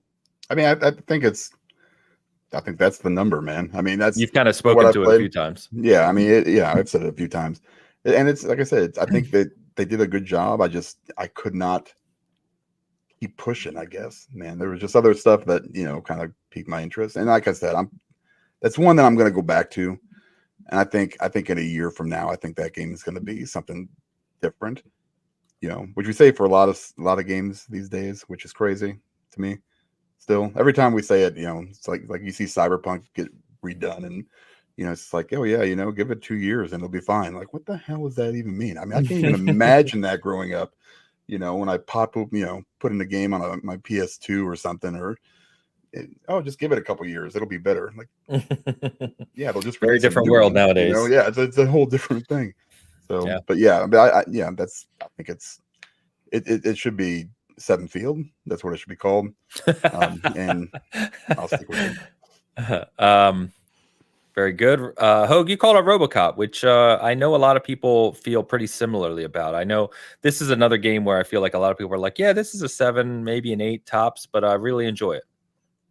I really like RoboCop, and certainly I'm a kid of the 80s, and so I have memories of watching the RoboCop original movie, and they really capture how that felt to watch, at least. I didn't go back and watch it to compare it to what they achieved in the game, but it's a very simple premise, right? RoboCop, the video game, by trying to give you the feeling of RoboCop, is you're a walking tank man with a computer that basically targets the enemies for you, and they blow up gratuitously while the music plays. And it gives you the feeling of being in RoboCop, but it's not a terribly compelling experience on its own, right? So it delivers on the promise, on the fantasy, if you will, but it's not a fantasy that's too terribly exciting, separate from the movie that you used to watch. So that's why it's one of my favorite 7s. It did everything that it was supposed to do, does what it says on the tin. It's just that what it's supposed to do isn't actually that separately exciting. But I actually realized after I submitted this to you that I think there's probably a game that I would put here instead that isn't on this list yet. And that's Dead Island 2, which is actually the game that I've played the most in the kind of category of this isn't doing something that special. But it's been on my front menu screen of my Xbox all year because I keep going back to it because I think it's interesting to play, and it has some of that same kind of feel as RoboCop. You go and you hit bad people with sticks, and Sorry, they which blow up game is this? gratuitously. Dead Island 2. Oh, Dead Island 2. Yeah, that's a good call. Yeah, good. I think it's a good call out for this one. Yeah. Yeah, so Dead Island 2, I have continued to go back to time and again, and so I would like to include it here in the Rodriguez category, because quite frankly, Starfield never even crossed my mind to include here. It's much closer to, it's probably an 8 for me. It's much closer to the 9 side than the 7 side for me personally. But I understand why people could have bounced off it or found issue with Starfield. Certainly, it's just that those issues aren't my issues as much as some other people have had. Yeah. Yeah, I've got about 40 hours into it. Like I said before, I'm probably closer to an 8 as well. But yeah, fair enough. I think Dead Island 2 was the one that popped in my head originally for this category, even though I'm a little higher than a 7 on Dead Island 2. But then NHL came up, and that was just perfect. Well, Travis, just to clarify, so 7 is in quotes for a reason. I think that helps explain my answer because the description for this one was something along the lines of like the game that has no chance of winning game of the year, but you still really like it, right? Mhm. And so Yeah. for me, I kind of put like a 9 that I know will never win. You know what I mean? Like to me, Star Wars Jedi Survivor, I put for this. I obviously don't think that game's a 7. I think it's far from it, but it's Yeah. sort of like a 9 that I just immediately after playing it, I was like, yeah, this game's not going to win game of the year because it's just too stacked, right? Like it was too stacked. And also its launch was a little rough with the technical problems it had and that sort of thing. And so I think that one, like any other year, would have absolutely been nominated for game of the year and maybe even won. Like I really, really like that game, but it came out in 2023. I don't think it had a chance. Yeah. So I just wanted to put it here. I think that game's way better than pretty much every other title on this list. So it kind of feels like an outlier, but if you know the description of this category and what the quote 7 meant, I can justify that opinion. But yeah, I think it's better than Starfield and RoboCop and all the other ones here. And yeah. Also, I love Zach's Texas Chainsaw Massacre because like I played that game with Zach and some other really hardcore like asymmetrical multiplayer horror folks. And I told them like while we were playing the game, I was like, hey, now that we've played the game a lot, I'm probably going to give it a 6. And nobody really objected to that, but they all still were like, but I love this game and I'm going to keep playing it. And so it's very interesting. Like, some games can fail to deliver in your estimation, but there's still a want for you to play it, especially if it's a live service game that's going to be improving. And there's like hope that one day it'll realize its potential. Also known as the Destiny paradox, really, So yeah, cool. Yeah, I think Elu picked NBA 2K24. He and I have talked about that, very similar to my NHL. It's just his comfort game that he knows it's not fantastic, but loves to play it. A couple good call outs here. Brian called out Tachia, which I haven't played, but he seemed to really enjoy that game, despite obviously, like we said, it's not going to be a game of the year contender, but really enjoyed it. And then Eric called out Wanted Dead, which I actually looked up. I remember hearing about that game, but I had to look up exactly the details on that. But I played Wanted Dead as well and would like to speak out for it because I think IGN ended up giving it a 4, which I don't necessarily disagree with because it's got just such a thick layer of jank on it, but it kind of reminds me of like PS2 era games where like they tried weird stuff and kind of didn't agree on game design yet or what was necessarily good, and that leads to like some weird experimentation and a very odd flow to the game and a story that's also kind of like bizarre and at times nonsensical, but kind of in a fun way. And so it kind of reminds me of like this really experimental, odd type game where they try new things and not everything works. And it ends up kind of being a little bit of a mess, but a fun mess. So I probably would have ended up rating that game higher if I reviewed it. It was reviewed by Mitchell Saltzman, who's a great reviewer. But I think we kind of disagreed on this one a little bit just because I kind of found fun in the chaos and weirdness, and I think he was just annoyed by it. So I think that is a great nominee for this category. Cool, very cool. And then I think Alex calls out one, which I know we've talked about a little bit on the show, is Immortals of Aveum, which I think quite a few people came to appreciate when they had the time to get to it amongst all the other kind of major releases this year. So Yeah. I like Immortals a lot. Good call outs. Good call outs. This is kind of one of those categories where I was like, yeah, lots of different games called out, which is cool to see. Favorite surprise. Hey, you're finally awake.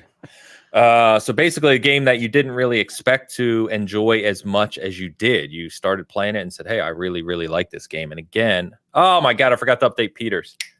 Damn, I got a blank spot on the slide. That's terrible. Bush But League. I know, His terrible. favorite surprise was himself. Was and himself. I think He just liked honestly Peter. that Peter, you see deeply into life. I think that's a hell of an answer. You could tell I was finishing these slides at midnight last night. But for me, I put Remnant 2. I played Remnant 1 a little bit, only a few hours. Travis, obviously, we talked a lot about Remnant 2 coming up to its release and Travis reviewing it, and played it and really, really enjoyed it. Great game. Put quite a bit of time into it. Did you end up finishing it? I'm literally at the last boss, and I've never beat it. Yeah, that boss is tough. Like the last section, basically. Oh, okay. But yeah, great game. Really, really enjoyed it. Some cool call outs here. I'll go to you guys first, of course. But so Dan, you talked about Rogue Trader earlier this episode. Yeah. So I think you kind of. It's funny because looking at that right now, and I wasn't. It's one of those games where I really wasn't paying attention to it, and I was like, "Oh, this looks like something I probably would like," because, you know. And at the time, I was like, "Okay, this is it." This is. I got to Act 3. I'm kind of like, yeah, maybe Remnant 2 would be my surprise too, because I mean, that's not a game that I would typically play.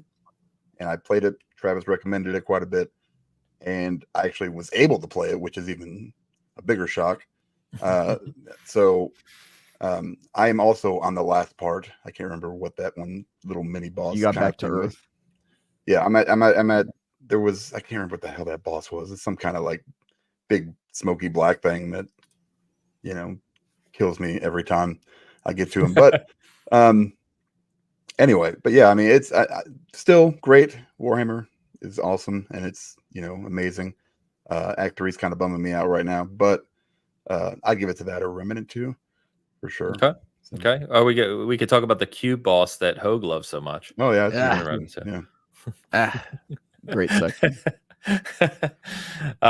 So Dan, you had Rogue Trader. Hogue, you had Final Fantasy 16, which I know coming. We've talked a lot months ago about it, but I know coming into it, you were concerned in a lot of ways about the combat, Devil May Cry-ish nature of it, some other aspects, but you ended up really, really loving it. I still don't love the combat. I think that's not the winning choice for the future of Final Fantasy, but agreed. I think the scope of the world, the music, the art, everything that went into it is something that was a massive surprise to me, that gave me the Final Fantasy feelings that I wanted. And so certainly for someone that didn't even have it on his top 10 games to look forward to in 2023 to finish very highly rated by me is the reason it's a surprise.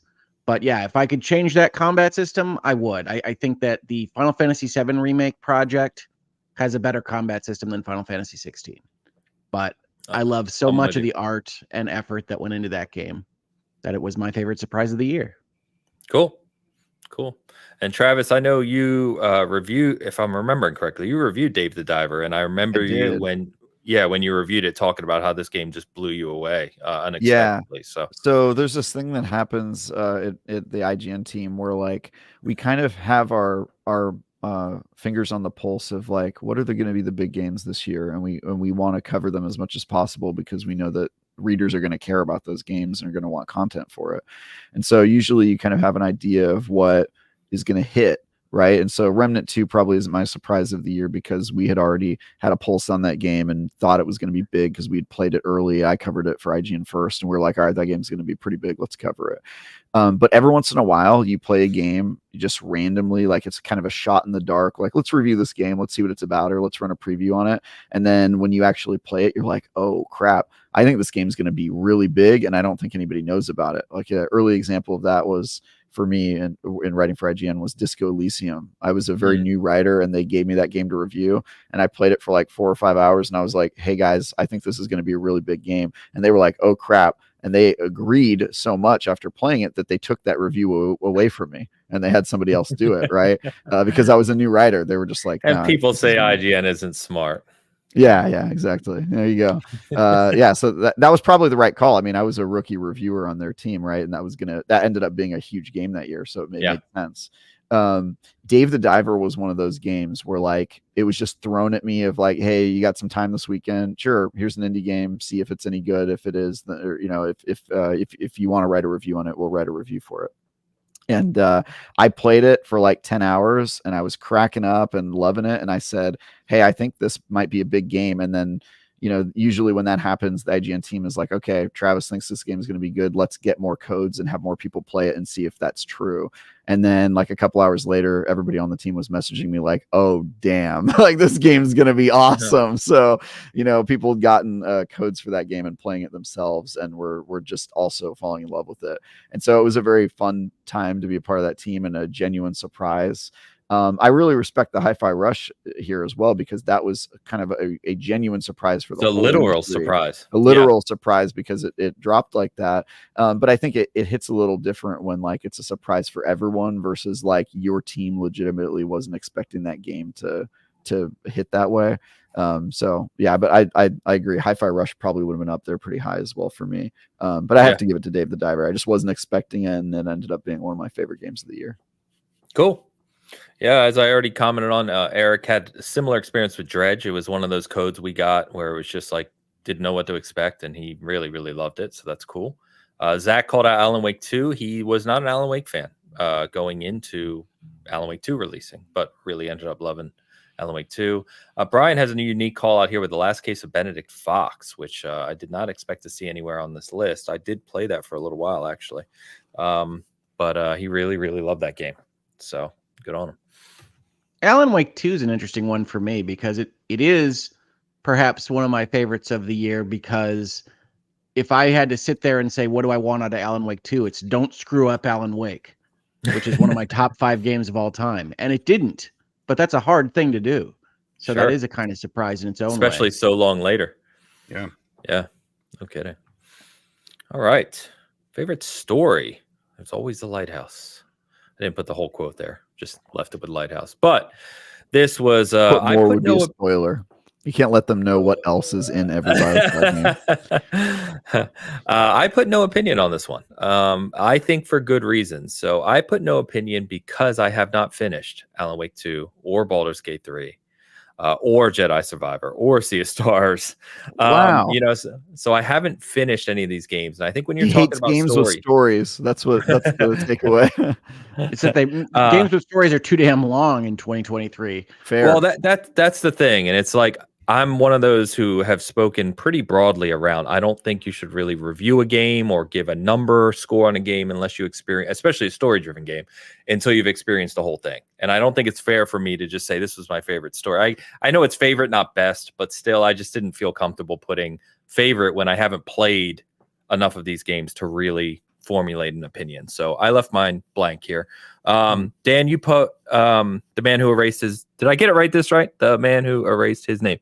Nope, still screwed it up. Yep. I was tired last night, but you the put man The Man who Who erased Erased His his Name. search history. The man who erased his shame. I'm Yeah. guessing. There you go. That's what I was thinking. I mean, it is Dan, so you know.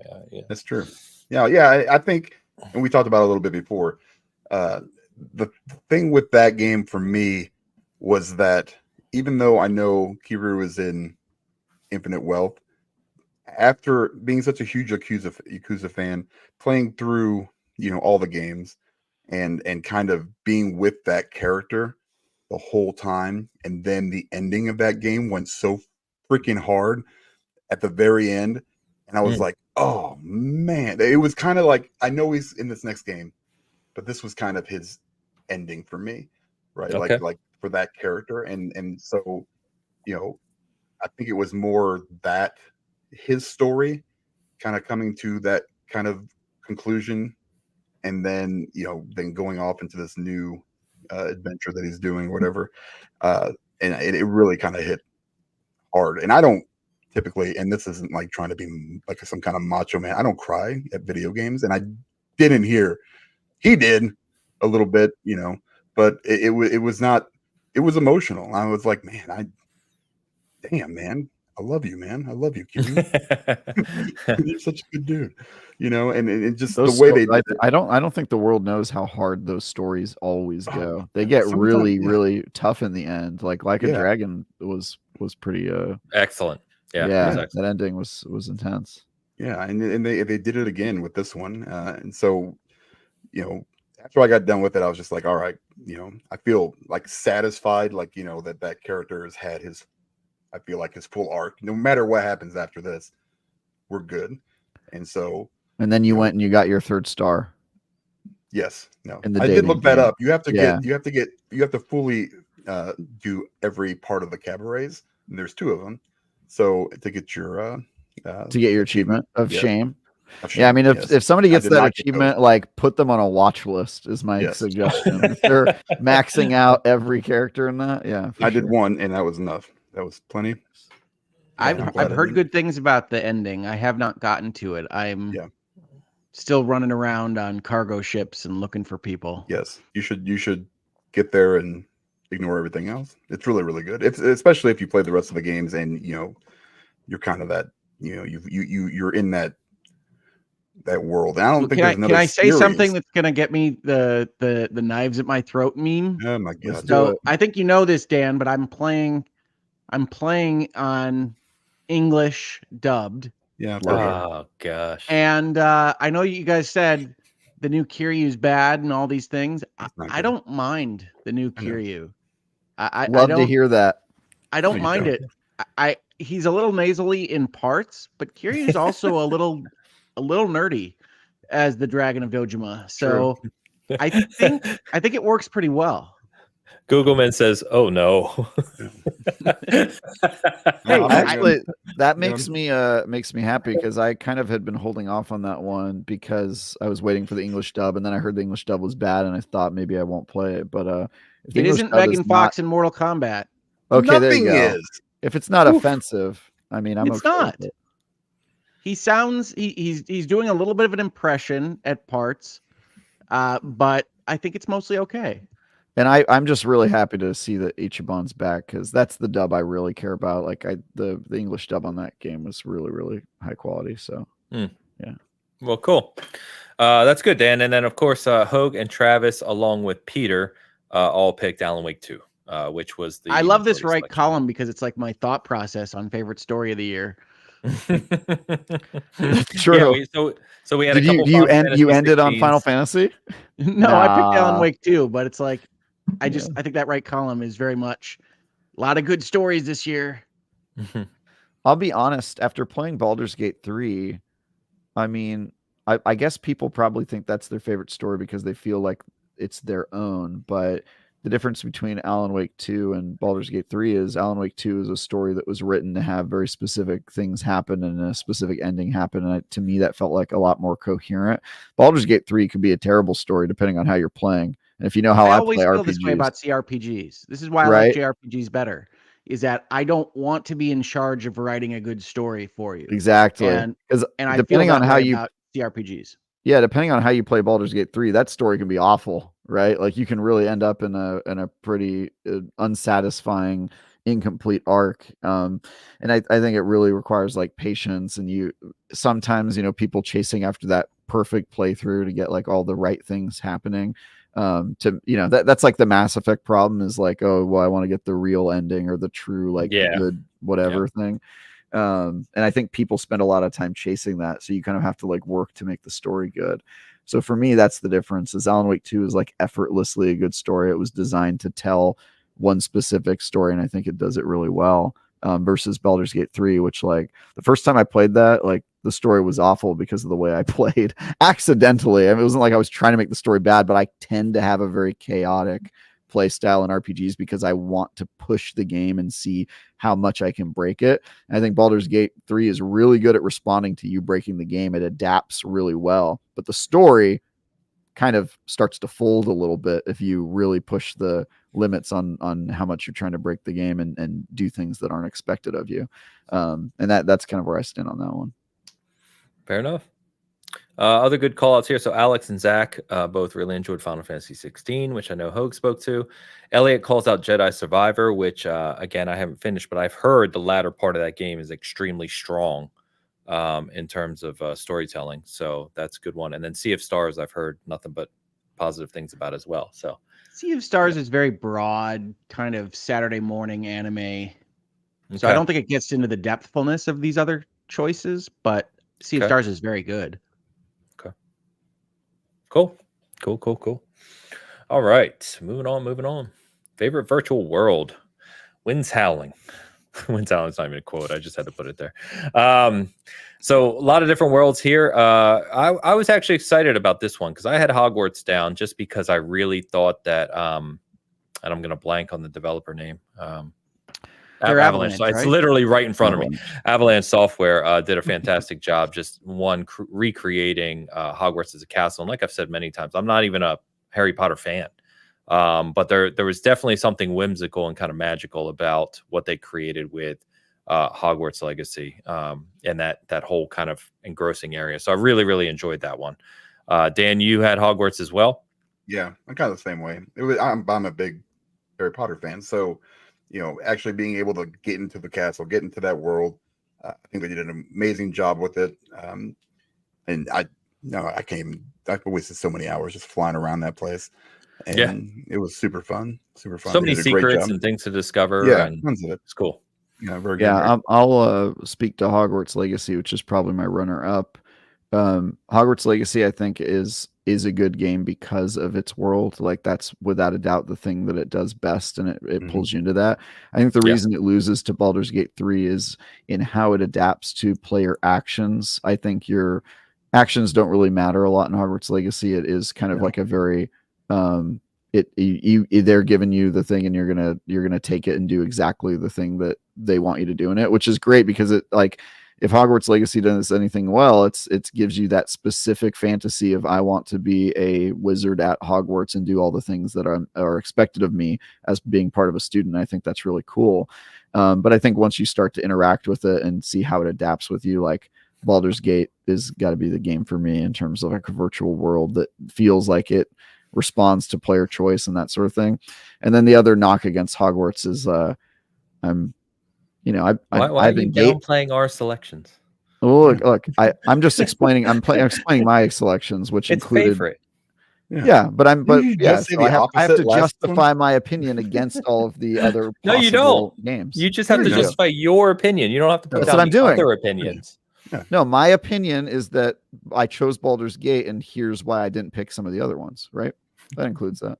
So my problem with Hogwarts really is like that. I've engaged with all of the Harry Potter stuff, but I think the world building is very stupid in the Harry Potter universe. It's a kind of a magic apartheid, and I've got some problems with their magic apartheid with their questionable goblins. But that's separate. We can talk about the Forgotten Realms if you want. I don't. Oh, that is true. Realms. That is fair. Yeah. The D&D world is rough and generic. I will give you that. Yeah. Well, and before the show, Ains was giving me crap about picking Cyberpunk because all right, giving you crap that's a strong statement. I don't know. You used that statement to describe me commenting on your opinions. You were definitely giving me crap. I don't know. I'm gonna side with Hogue on this one. I think. But no, sorry, Hogue. Didn't mean to cut you off. No, not at all. So I don't remember whether I just put Phantom Liberty because I was trying to make sure it got in, or whether I put Cyberpunk Phantom Liberty. Obviously, Cyberpunk 2.0 was the move that made me a fan of the Cyberpunk 2077 video game, and I'm very sad that it made Dan a non-fan of that. Go the opposite way. Yeah, it's crazy. You never know, man. It's crazy. But Cyberpunk 2.0 didn't exist before last year, so I couldn't enjoy the game the way that I did last year. So I think it's still a justifiable inclusion, but even if I only get Dogtown, that was perhaps my favorite open world experience of last year. Hogwarts Legacy is fantastic for all the reasons that you guys have said for putting you in Hogwarts. I think I just didn't enjoy the game as much as some other people did. Sure. So that's where I come out on it. And Baldur's Gate 3, I don't love the Forgotten Realms that much. if that were a Larian original Sin game, I probably would have had more fun with it. Yeah, that's Okay. fair. I will grant you Forgotten Realms is dumb. I'm talking about more the content in the game, and that one I think is very like they built that the parts of the Forgotten Realm they use and the way they build out that world is really well done.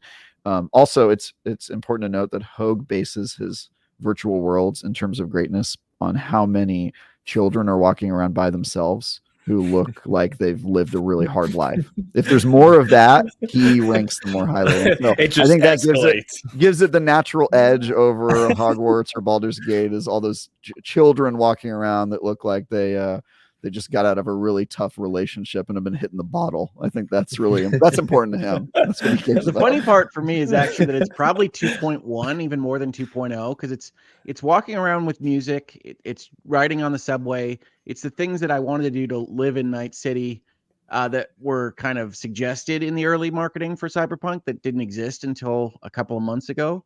And I don't think that's a great way to sell a video game, but I do love that it's in the game now.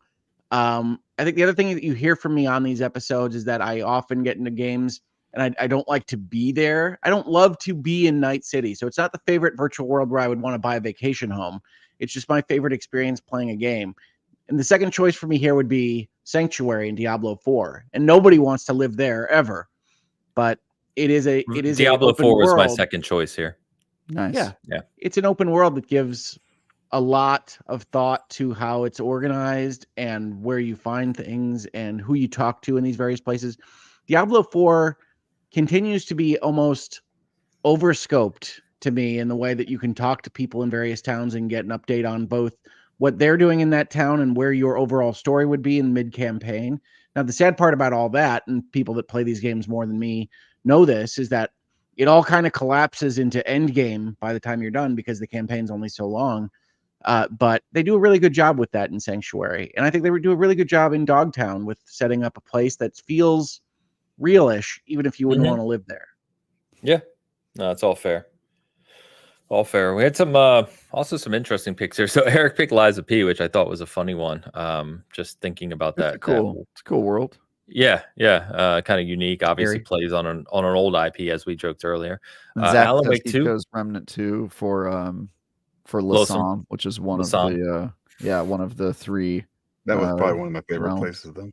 That was a cool one. Yeah. Good one. And of course, Peter picked Starfield. Peter's one of those that really enjoyed Starfield, very high on it. So that doesn't surprise me, given how big that game is. So good stuff.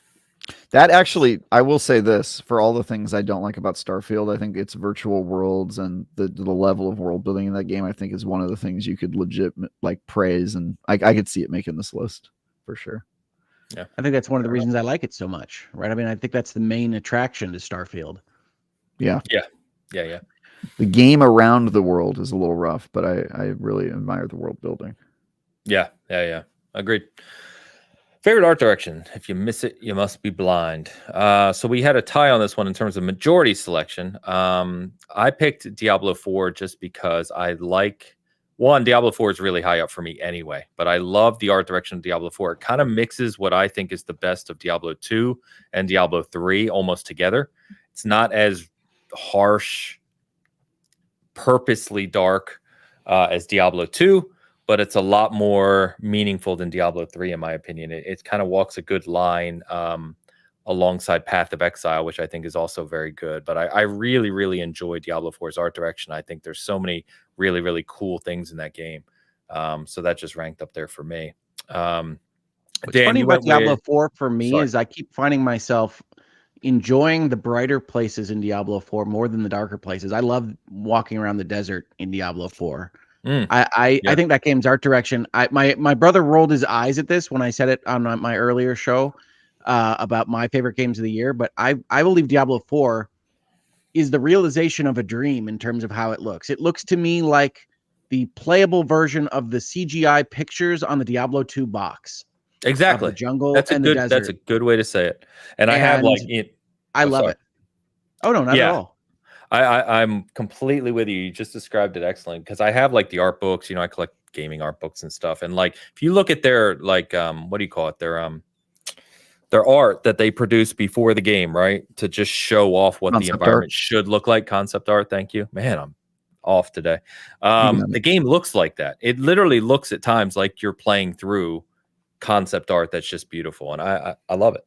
So, Dan, you went Final Fantasy 16. I did, and I think it's more because of some of those, like the big boss battles. They were just so much fun. For me. Icons? I mean, there wasn't much. The icon. Yeah, there wasn't a lot. I mean, it wasn't super deep, but some of the stuff that was happening, and it was just super fun. And I really enjoyed how they did it with between the music and the visuals. I think they all kind of melded really well together, and so that's what I went with. Cool. Yep. Cool. Elu agrees with you. He went Final Fantasy 16 as well. He's a good man. Hogue, you went Alan Wake 2 along with Alex, who you, funny enough, said earlier is like your spirit animal with these things. So well, I mean, that's the right answer.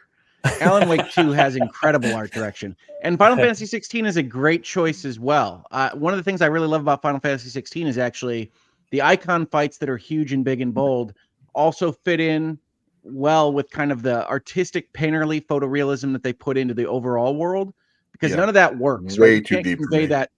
You can't convey that size and excitement if it doesn't fit in with the rest of your world design. So I think one of the things that Final Fantasy 16 does so brilliantly is establish this kind of grounded Game of Thrones type world that then has a giant mountain man walk through and fight a giant ice woman, and it all works together, because that's probably the biggest and most important thing that game does, together with its music. But Alan Wake 2 is trying to do something different, right? It's trying to do both a Twin Peaks X-Files FBI investigation in a kind of photorealistic Pacific Northwest environment, and then also a Shadow Dream realm in a fictional New York. And we'll just stop there for all descriptions of what happens in Alan Wake 2. But I think it's such a difficult thing to pull off in an interesting way. And one of the things that you can tell is great art direction is when you show people pictures of Alan Wake 2, one, they'll know it's Alan Wake 2 because of the way that they use lighting and the kind of harshness of the various environments that you find yourself in. And two, just how impressive that is, right? So I think that there are reasons to call out. For instance, I see Peter here pick Starfield and its global illumination and the way that it looks in certain ways and the way it's directed from NASA punk or whatever they call it, and putting it in the game. But Alan Wake 2 takes the notion of literal lighting and says, screw that, we're going to make a kind of Freddy Krueger dreamscape by way of David Lynch within a video game engine.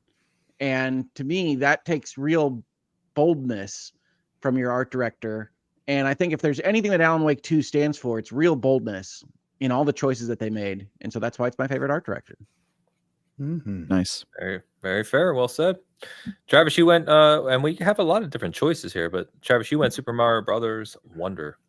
Yeah, this was probably the category that took me the longest to come up with an answer for, because art direction is something I think about a lot, which is, I don't know if we have any viewers who just don't know what art direction means, and I would not blame you for that, but it's basically like, how well does the art evoke specific emotional reactions and kind of help explain the world and make you have the corresponding emotional response that they're looking for you to have, basically. And I think that, I mean, you can make an argument for any of these. I think this is one of the things that the games industry does so well, that when you're looking at really good games, it's really hard for someone like me, who is not an art aficionado, to say which one's best. And so what I have to rely on is which of these do I think elicited the correct emotional response the strongest? And for me, it ended up being Super Mario Brothers Wonder.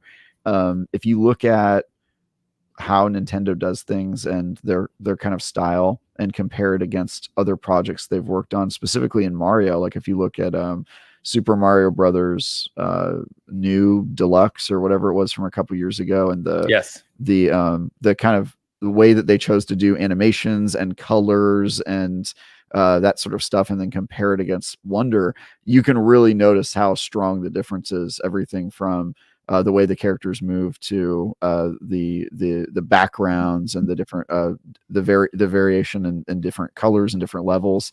I think that game just has a lot of like breadth and different areas that you visit and characters you see, and it's just like that's the game I play when I just want to look at something that's really pretty and spend time staring at a really nice screen. And it's especially impressive when you're playing it on a mobile device that is now getting very on in years that it looks as good as it does. So yeah, this one, I mean, I honestly, if you talk to me for more than 2 minutes about any of these games, you could probably convince me to change my vote. But I really like Super Mario Brothers Wonder a lot. Hogue almost sold me on Alan Wake just because I think about that. The emotional response that I get every single time I'm in any one of Alan Wake 2's levels and worlds, it really hits strong for that. It So achieves emotion, that game. Yeah, it really does. And strong. actually, Zach put Lords of the Fallen, which was one of my runner-ups. I almost put that one because that game, I mean, every area you're in has such a specific vibe and makes you feel a certain way when you're in it. You know, some areas feel like stressful, like at any moment you're going to be falling off of something and die, and other areas are deceptively like open and kind of peaceful, and then you turn a corner and something attacks you, or there's some giant monster lurking. And I think that game really knocked it out of the park as well when it comes to art. So like I really said, like Lords of the Fallen entry too. Yeah, you could probably convince me of any of these. I actually had Lords of the Fallen down, and I switched it to Diablo 4. And I think Hi-Fi Rush is a good call out from Eric as well. You know, it's just for what that game is looking to do, it's pretty staggering what they achieved. Lies of P is an interesting one, of course. Right, and like the music category, I mean, there is the kind of Oscar bait risk with art direction, right? So you got the flashier ones, Final Fantasy 16, Alan Wake 2, Hi-Fi Rush are all kind of flashy art, much like Final Fantasy 16 is flashy music. But I mean, I think Travis said it well, which is that the best art direction, and I know we're not looking at best, we're looking at favorite. The best art direction is really the art direction with a point that's aimed at something specific and achieves that. Which is one of the reasons I love Alan Wake 2 as much as I do. I think Lords of the Fallen is a really good exemplar of that, right? And it's perhaps a little chunkier than I would like in my art. I like Diablo 4's kind of smoothness a little bit more, but that's totally personal preference as to what's being achieved. Alan Wake 2 is still the right answer, but I think what this list shows is that 2023 was a fantastic year all around for games. 100% true. Yeah. Yeah, so 2 people picked FF, 2 people picked Alan Wake. So, yep. Excellent. Moving on. This is where a couple categories get kind of funny, and I'll explain why. But favorite co-op multiplayer, Wake Me When You Need Me. So we have a category for co-op multiplayer, and we have a category for competitive multiplayer. And what I learned, obviously there's more on co-op here than competitive, but is that most of this panel and most of the SG contributors are really not multiplayer people. The majority are definitely single player people. So you'll laugh when we get to competitive, but there's like I'm holding down the fort with Eric. You're living in a den of critics. You're like Lincoln, you know, you hired everybody who disagrees with you. That's fine. That's good. Different opinions, right? But yeah, me and Eric pretty much hold down the fort for the competitive side of multiplayer. Well, you can see here that I don't consider Diablo a multiplayer game from my experience. Well, you don't play it that way, right? Which is fine. Right. It doesn't have to be played that way. I'm going to hop into your party after this, Hogue. You're going to see what it's really like running with the... Oh, it's fun. So actually, Travis, good call out. Are you tier 4, Travis? Not in the current season. You got to get up there. We could go into our what do you call it? The universal realm or whatever. Eternal realm. The eternal realm. Eternal realm. That one. Yeah, we'll go into our eternal realm, and I'll fight with the best. You know. So I put Diablo 4. Travis and I both reviewed Diablo 4, and during the review period, we even played with Travis's buddy Ben, who works. He made Remnant too. Okay, yeah. I didn't know if I could say it. I didn't know. I just went quiet. Yeah, so he's on Twitter, literally, right? That's Curitan. He is. Yeah. But he works at Gunfire Games on Remnant 2. But we had a blast, and that's when the game released. I then played it with other friends, Diablo 4 in co-op, and doing Nightmare Dungeons, and it's fantastic in co-op. So really, really love that game. I can see Remnant 2. So Travis, you, Zach, Alex picked Remnant 2, which was our majority selection. And I can see that too, because it's very similar. You're partied up, you're co-oping, you're destroying a bunch of things, you're getting loot. It's just, those are fun things. Yeah, I mean that is a game that, for me, the mark of a good co-op multiplayer game is when you are forced to communicate on things about the game and coordinate together, and you're talking about the world and the game while you're playing it, rather than talking about the weather or what sport teams you like, because it's the co-op part, right? It's the cooperation. And so that's kind of what disqualified Diablo for me. Is when I play that game, I think about just like bullshitting with the friends, and we're not really talking about Diablo. It doesn't require a lot of coordination. It's just kind of running around killing things. But when we play Remnant 2, it's like, oh, you should go down that hall. I think there's a secret, or let's try to get this thing together. Can we summon? You start sounding like an E3 video. What's that? You start sounding like an E3 video. Yeah, exactly. Harder levels of Diablo, by the way. What's that?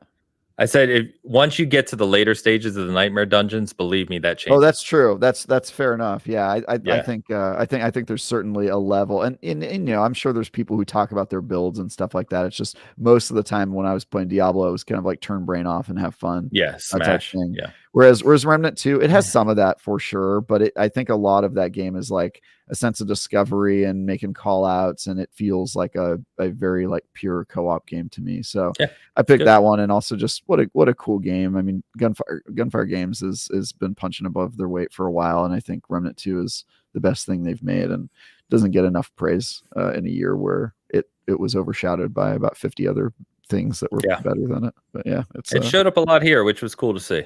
I'd like to have an opinion now, and this is going to change everything. This is going to change everybody's mind.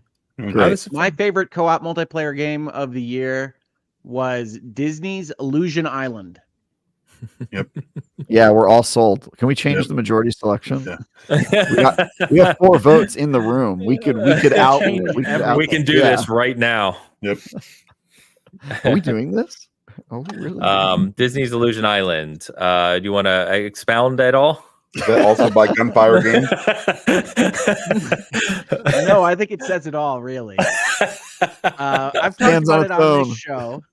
But yeah, it's the 4 kind of modern versions of Goofy and Mickey and Donald Duck and Minnie Mouse trying to get through what winds up being a fairly open world, almost Metroidvania exploration of kind of animated island environments. But everybody gets their own way of doing similar things, like double jumping and climbing on walls. And because they don't interact directly with each other like some of the Super Mario games, it makes it a fun experience for the family in the room.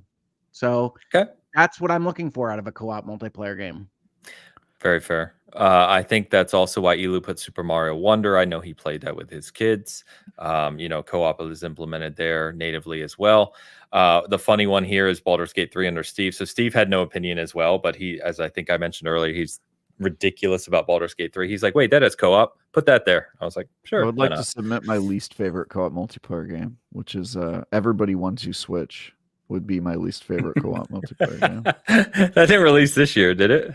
No, it released 2023. Yeah. Was it? Okay. Everybody wants to switch. Yeah. I remember you telling us a story about how bad that was to try. Yeah, I lost friends, which I think is a great sign of a bad co-op multiplayer game. Is people refuse to talk to you after you play co-op with them. Which, I mean, it's me, so that's not. I mean, let's be honest. There's probably a lot of that going on. People don't want to. They're probably treading water already. Yeah, for sure, for sure. But I just kind of tip the scales. I don't think I had to give them many reasons to not want to hang out with me anymore. You're like, hey guys, everybody wants to switch, and they're like, no. That was really the killing blow in a lot of relationships, I think. And then Eric, I didn't talk to Eric about this one. He was in the chat, but about Wolong. So I can't recall off the top of my head what that looks like or how it functions. But hey, it's a different one. I just don't remember playing co-op in that game. So me neither. So it doesn't feel super core to the experience.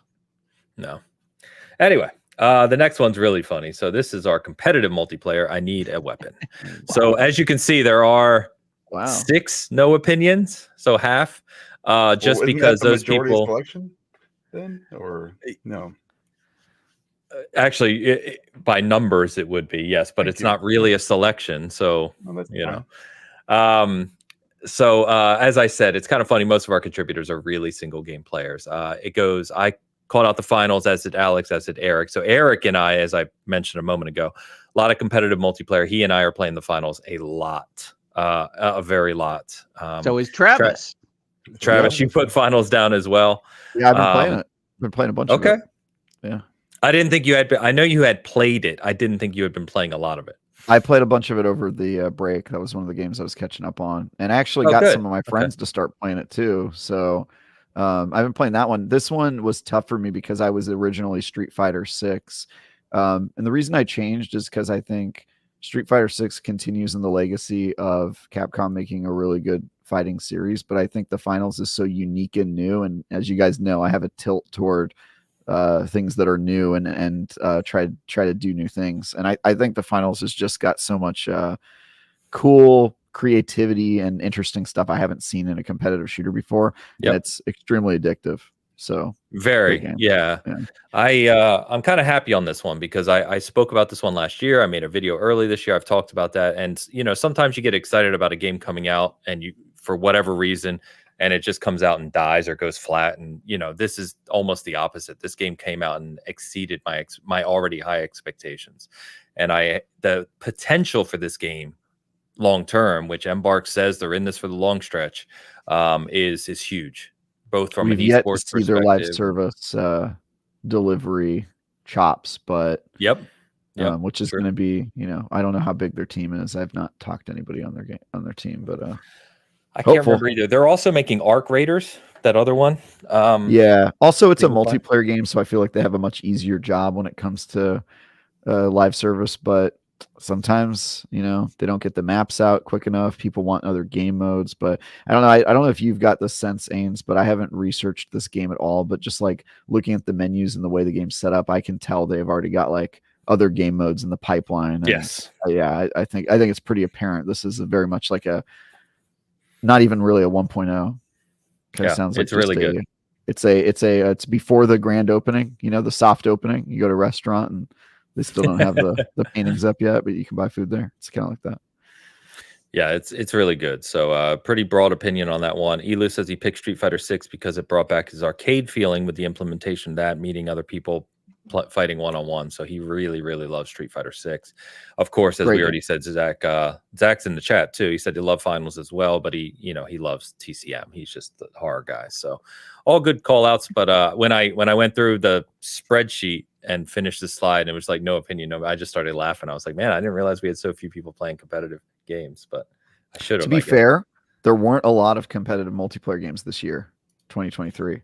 It was kind of a weak year for it. Of like new ones that came out, especially I mean, most of them are games that have been here and got updates, right? So exactly, yeah. So I can kind of understand that a little bit. That you got like a couple options to pick from, really. What was that lo-fi Call of Duty game on Steam that was like $20? BattleBit. I know a lot of people like that one.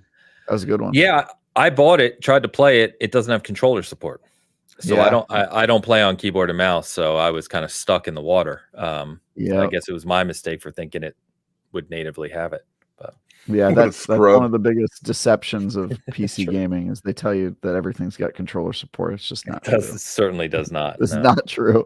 Yeah. So actually, real quick anecdote on that. So the finals, I was in the original alpha for the finals, and you could play on a controller, but none of the menus were built for it yet.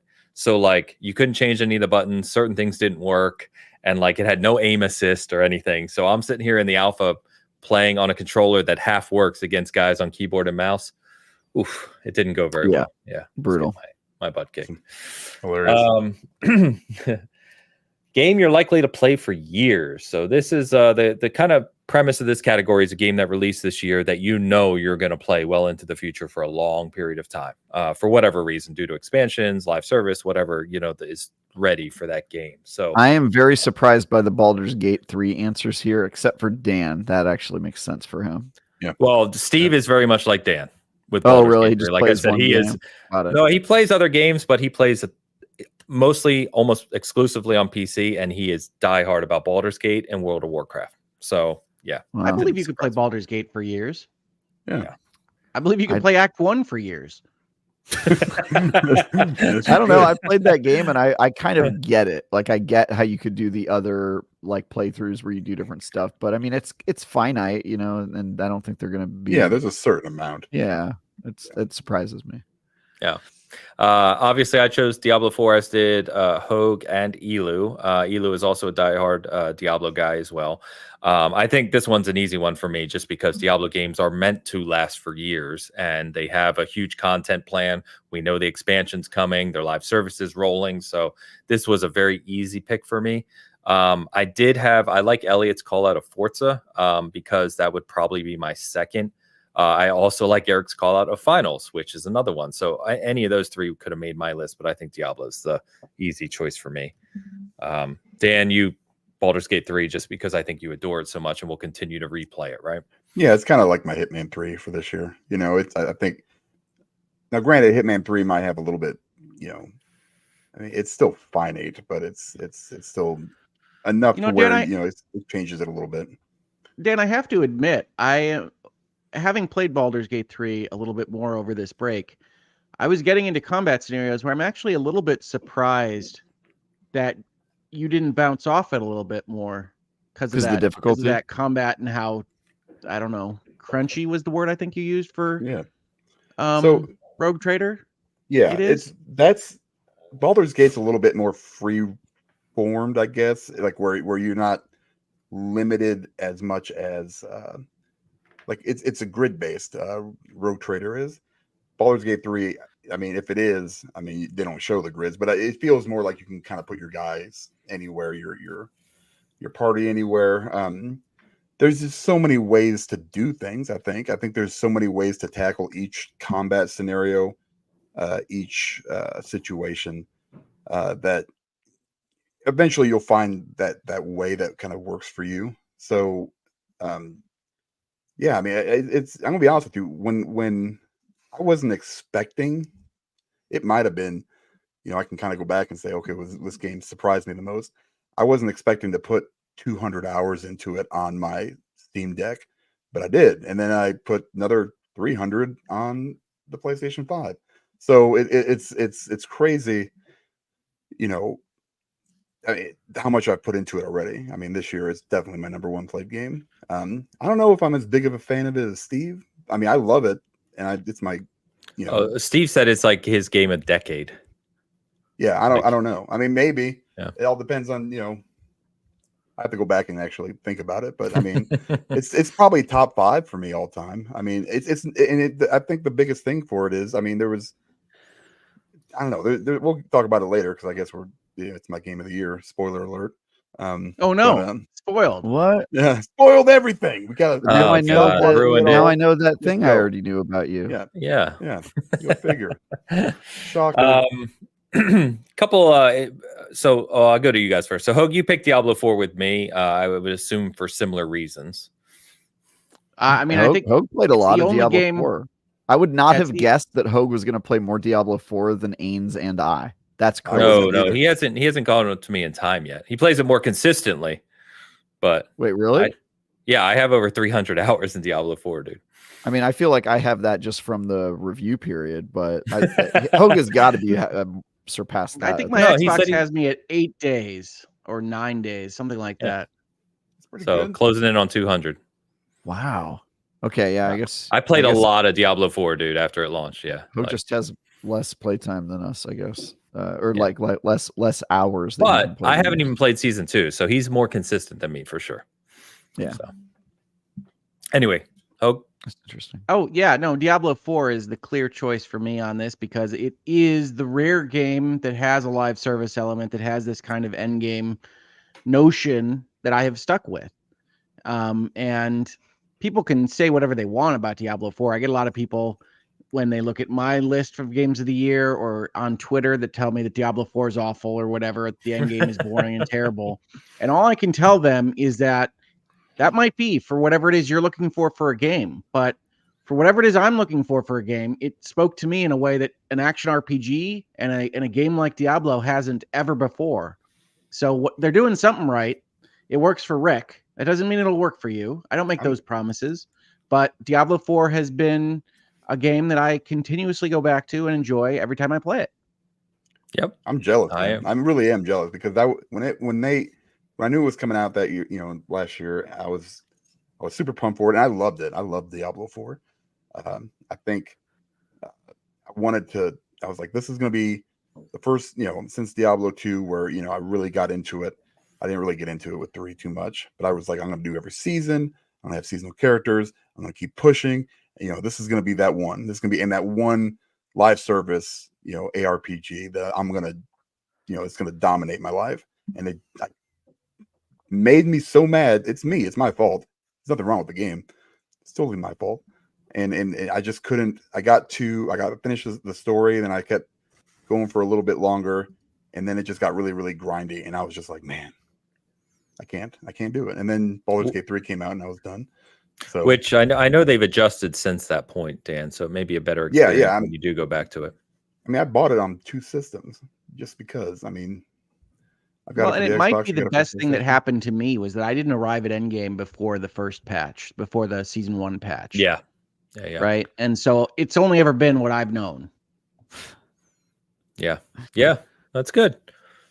We got a couple other call outs, but before that, Travis, you put Payday 3, which I thought was one of your more interesting picks.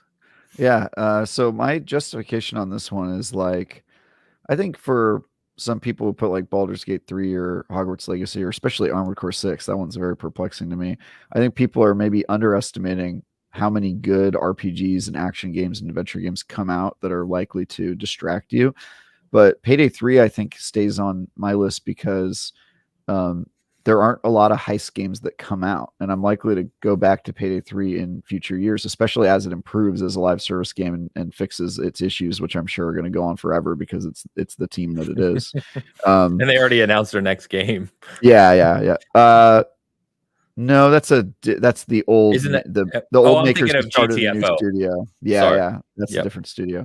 But Yep. so these guys are going to be working on this game for a while, and I think you can't really get that itch in many other that itch scratched in many other places. And also, it's one of those games you can really easily dive back into, which I would say.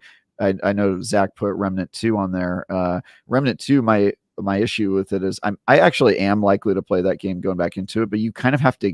When it's a chunky RPG like that, live service game, you have to there's a lot of effort and ceremony in getting back into that game and remembering where you left off and remembering your builds and catching up on the meta and all that stuff. And Payday 3 is really you can just log in and play that and just do a heist or two and log off and 20 minutes later and have played that game. And so I think it's the way that you interact with it. It's the fact that it does something unique. It's the fact that it's a live service game and all that stuff. For me, it's a really easy jump in, jump out game that I think also doesn't enjoy a lot of competition in what it's trying to do. And I'm probably going to eat those words in 2025 when GTA 6 comes out and has heists in it, and then I just completely forget about Payday. But honestly, this category was tough for me because there's not really a whole lot of games that I do play for years anymore unless I'm told that I need to. Destiny, I cover it, right? And so I hope Diablo 4 will be a game I play for years to come because they keep asking me to cover that game, and hopefully I'll handle the review of the expansion review. The expansion that's coming out this year.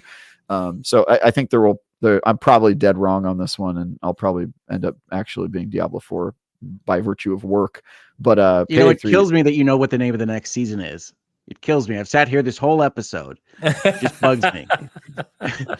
I'll have plenty to share next week about the upcoming season Check out of Diablo. IGN. What season was that? It's called the season of the season of the beep. Season of the 3. They went really weird with that one. Now I do want to talk about, especially Alex is here for a second. So Alex is in the chat. So ask him. All right. Well, see, Diablo 4 and Starfield to me are the obvious choices here. And Starfield was almost my answer, but Diablo 4 was the obvious one for me personally. But Armored Core 6, I haven't gotten past the tutorial boss. That's a me problem, not a you problem game. But does it expand? I mean, it's just a FromSoft Armored Core game, right? Doesn't it just end? Is there a lot to play for years? Alex originally said he wants to S rank all the levels because you get graded on the levels. And he said they've also added an arcade obsession thing. I get it. It's an arcade thing, and they've added PvP. So I guess from a kind of if you enjoy PvP combat with your mech, you can keep playing that for a long time. Okay. Interesting. Well, I'm glad that you enjoy it that much. I imagine there's a great game there after that tutorial boss.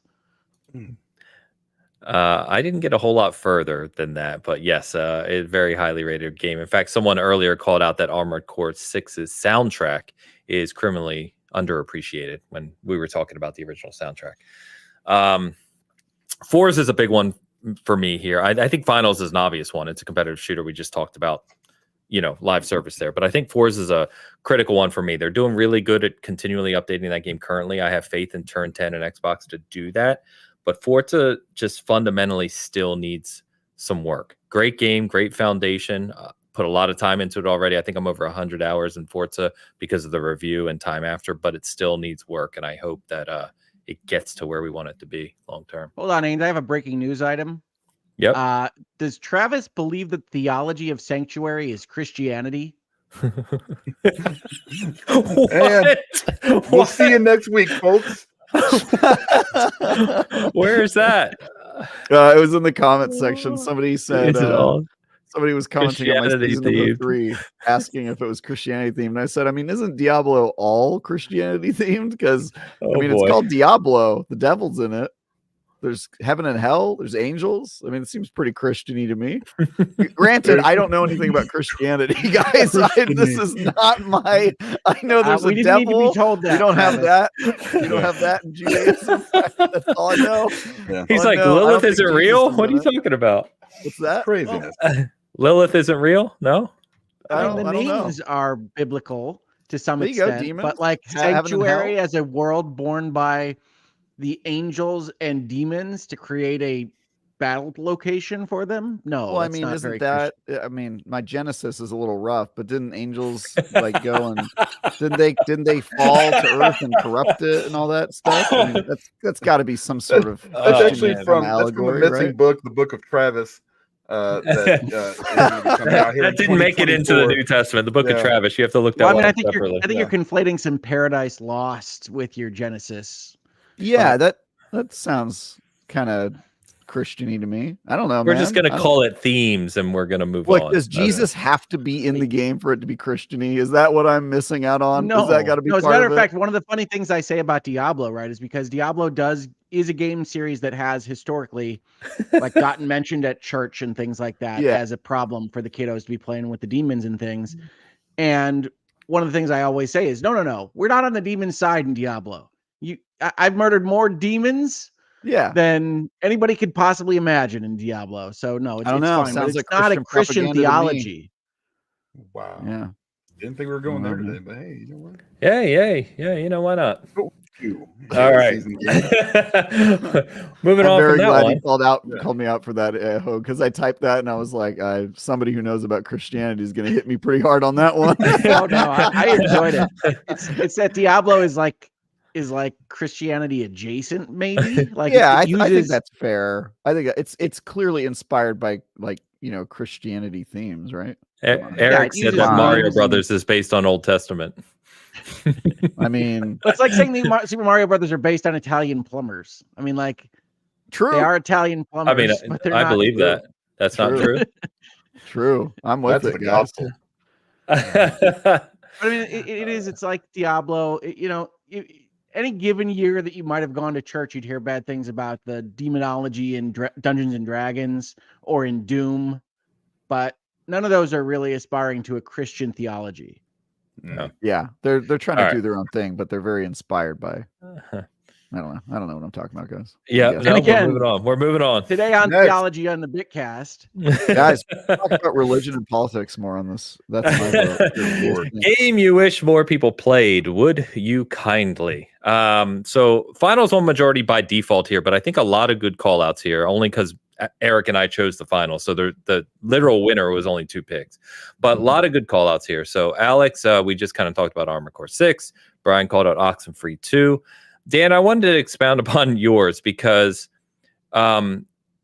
someone in, I think, our Discord was like, what the hell's Dan talking about? And I kind of explained, because you talked about this on Bitcast previously, but within MLB The Show 23, they have, if I understand this correctly, they have a mode you can play, which basically tells you the history and lets you play as part of the Negro Leagues, which, again, if you're from Europe and you don't know what the heck we're talking about and it sounds offensive, this is a real thing that was part of Major League Baseball in our history here in the U.S. And so there's literally a museum here in Kansas City. Yeah, there's a museum. Yeah, exactly. So this apparently is a mode that basically lets you play through and understand the history of that, correct? It plays through, I think, 6 or 7 different players, Jackie Robinson and like Satchel Paige, and there's like 6 or 7 of them. What's the other one? Buck O'Neill, who's a very famous here in Kansas City. And you know, and how they came up, and it put you in certain situations in their careers, like certain like, you know, at bats or pitching starts or something. They're very small mini games, and each one of them's got, you know, 6 or 7 of them, and you play through it. And Bob Kendrick, who is the I tried to get an interview with him, but it was just, we just couldn't get together on a time. And he was he narrates the whole thing. He is the head of the Negro Leagues Museum here in Kansas City. And if you haven't been there, if you've ever come to Kansas City, stop in. It's in the 18th Vine District. It's gorgeous inside there. They're doing a giant renovation too, an addition. And it's really, really, if you're a baseball fan, it's really, really interesting stuff. It's a critical part of baseball history. It's very, very critical. Yeah. And it's a amazing museum, and it's an amazing gameplay mode. And I'm hoping that they continue to have something like that in there in each iteration going forward. They did a really good job with it. I don't think a lot of people play it because really not a lot of people play the show. You know, that's really what it comes down to. You know, but really, you could probably do it in a couple hours and kind of get some, if you just want some story. And he does Bob Kendrick's got a great voice too. It's just, very commanding and just very, at the same time, just relaxing. And you get some really good stories and how everything came about for all those players. So if you get a chance, it's on Game Pass, jump on there and try it out for free. It's a free part of the core game? Yeah, it's just part of the core game. It's just like, you get in the mat and you can have like, your franchise, your MUT teams, and you've got your, face of the franchise where you play. It's just one of those modes, and it's all free on there. So cool. Very, very good. Very cool. Yep. Hogue, you had Alan Wake 2, which, it's a popular game, but I think, are you just saying that you love it so much you wish more people would experience it? I don't know how popular it is, honestly. Certainly when I was writing this and responding to the various questions here, there were news articles about Alan Wake 2 not appearing on the overall sales boards. It's a little bit hard to track because it was digitally only released. Sure. Yeah. But I think Alan Wake 2 is that good of a game.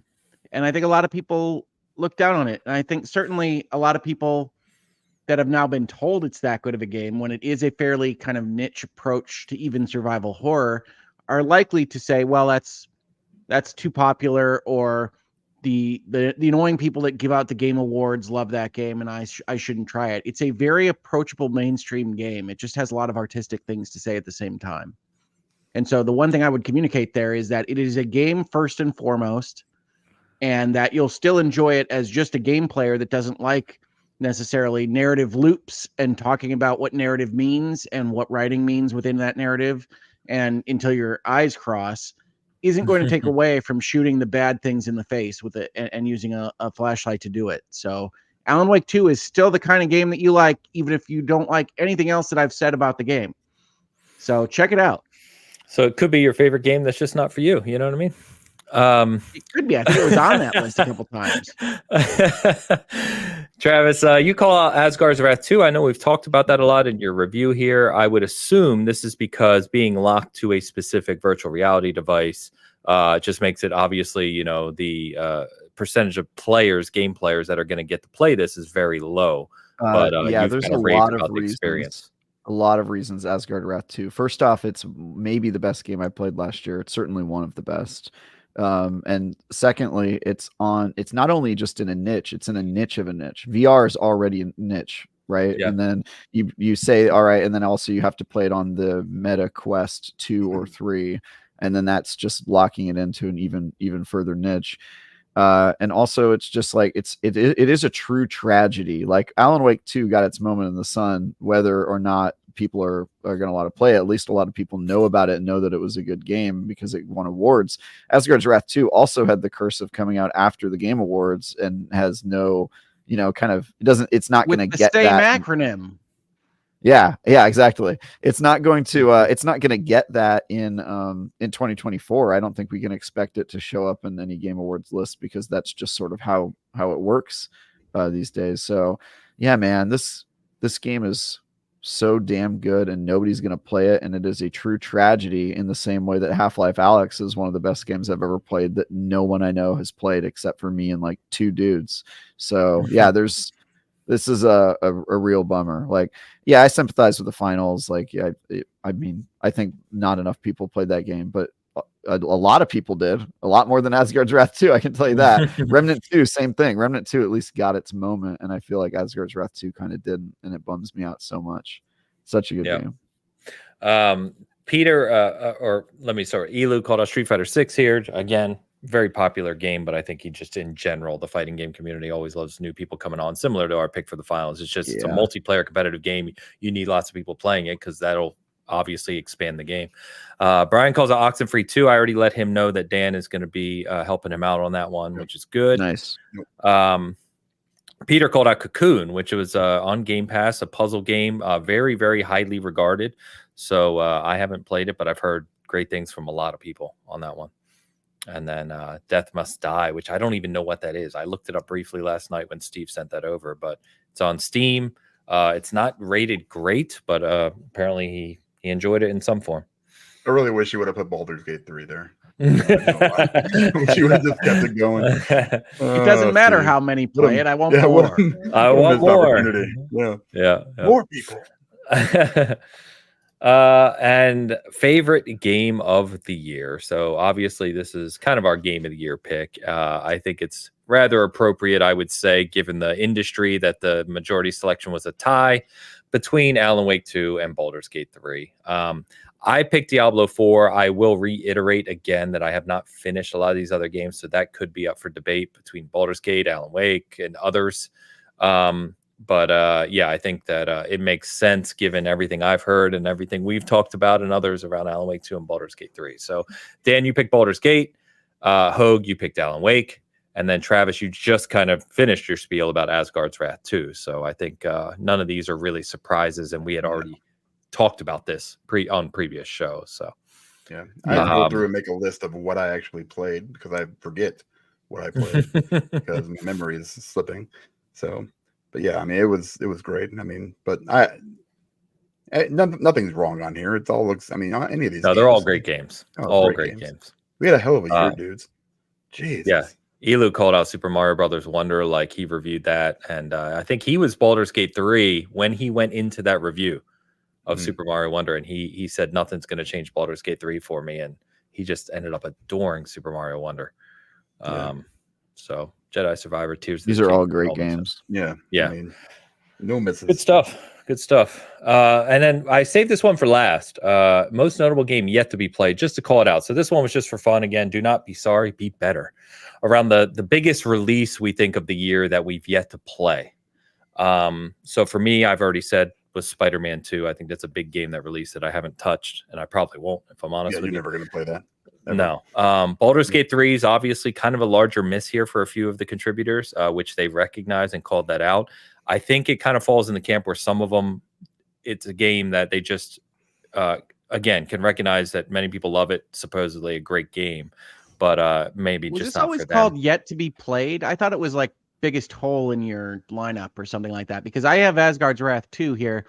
I've played Asgard's Wrath 2 for maybe 3 hours, and certainly one of the things I really enjoy it, but one of the things that I would love to talk to Travis about is how in the world do you play a game like that for 100 hours? It is very demanding. yeah, I was looking for demanding of work. It takes a lot out of you to play. It does. Yeah. And I can't even imagine playing it for the full breadth. And I really like it. But like you're in a desert and there's monsters everywhere and you have to figure out which way you're going, and then you have to solve a Zelda puzzle when you get there, and then you have to fight 3 things, all of which will probably kill you if you're like me. And it's a lot. It is. Yeah. So Marathoning that game was probably my most intense review experience of the year. Being in VR for like 16, 20 hours is, yeah, it's probably not advised health wise, but yeah, I kind of took the same thing as you, Hogue, which is I've played Sea of Stars, but it's not enough to really even recommend it or not.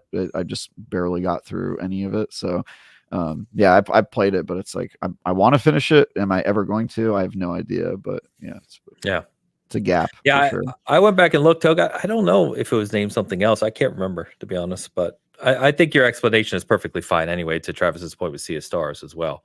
I mean, it's my favorite game that I have not yet gotten far enough to give you a full opinion on. But Asgard's Wrath 2 impresses every time I pop in. It literally is VR God of War. Like everything is that massive and big that you experience within that environment. But yeah, it's got it all, right? It's testing your exploration, it's testing your cartography, it's testing your puzzle solving ability from like a Zelda perspective, and then it's testing your physical acumen at blocking sword strikes and whatnot. So I mean, it's a lot. Certainly it's a lot for me right now, but I think it would have been a lot for me before my hospital trip. Yeah, it's cool. All right, so that will wrap us up for the SG Honor. So I've got to touch up a couple of the things we covered, and then this will be published formally this week on Season Gaming. But thank you guys, man. That was fun. I like talking through that. Absolutely. Yeah. Let's get Good to caught be up. back. We got some super chats and some other stuff came in while we were talking. So I want to call out Debbie W for gifting 5 Season Gaming memberships. Debbie, thank you so much. Always very generous. Thank you, Debbie. Really appreciate it. Yeah. Awesome, Debbie. CS Tears with a member comment. Develop a game of Lords and Dragons we can play. Nobody, Hardy.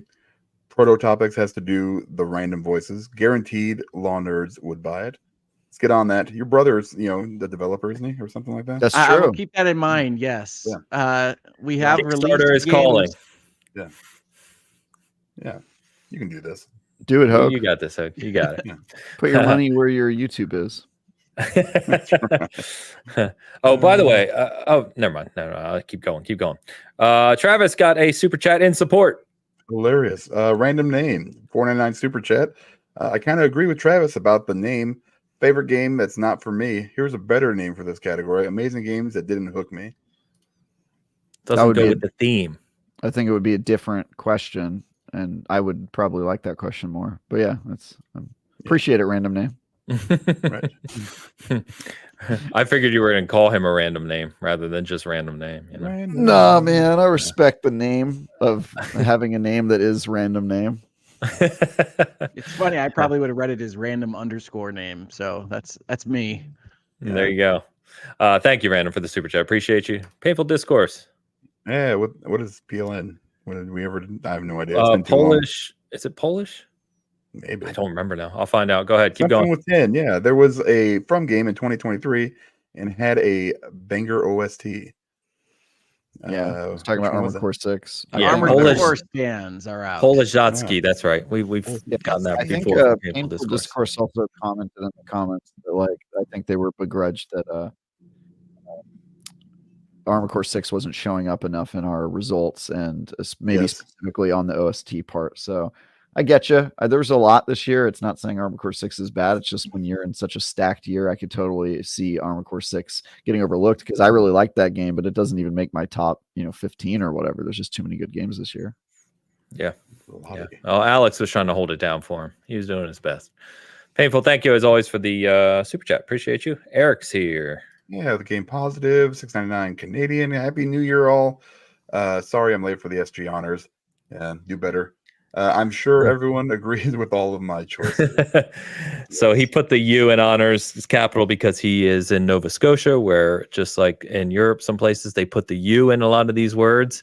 And so when he writes a long review, all the words have U's in them, and I give him shit because it drives me nuts as I'm trying to edit it. So it's become a running thing here at SG. But Eric, thank you for the super chat. Appreciate you. I do like the way they spell. There's one I agree with them about where it doesn't look right with the way. I can't remember what it is right now. Colors.